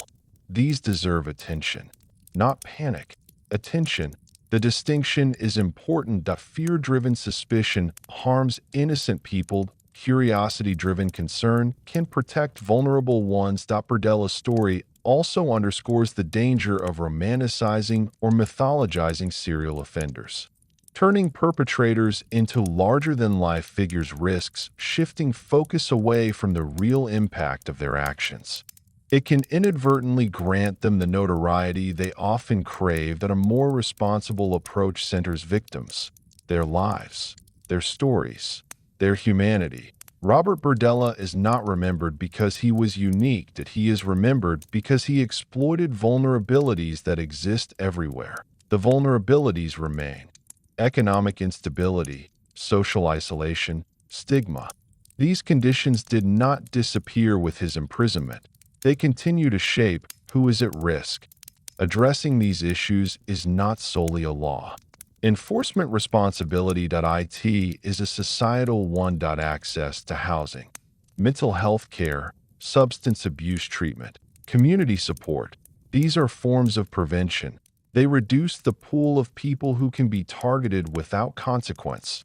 They do not eliminate violence, but they make exploitation harder for those who lost loved ones. Legacy is deeply personal. IT is found in memory. In stories shared quietly. In moments when absence is felt. No policy change can fill that space. But acknowledgement matters. Remembering victims as individuals rather than statistics honors their lives. IT asserts that they mattered beyond the way they died. Berdella's case remains studied not because of its sensational details, but because of what it reveals about hidden violence. It shows how harm can persist in environments that appear ordinary. It shows how systems can fail without malicious intent. It shows how courage from one person can unravel years of secrecy. The young man who escaped did more than save himself. He disrupted a closed world. He proved that silence is not inevitable, that resistance, even when small, can have enormous impact. This is perhaps the most important legacy of all, not the existence of evil, but the possibility of interruption, the possibility that harm can be stopped, that truth can surface, that control can be broken. The story of Robert Berdella is ultimately not a story about him. It is a story about the people he tried to erase, the people who survived, the people who were lost, and the people who continue to insist that their lives are worth remembering. That insistence is a form of justice. Point one, that does not depend on courts or sentences. Point one, that endures.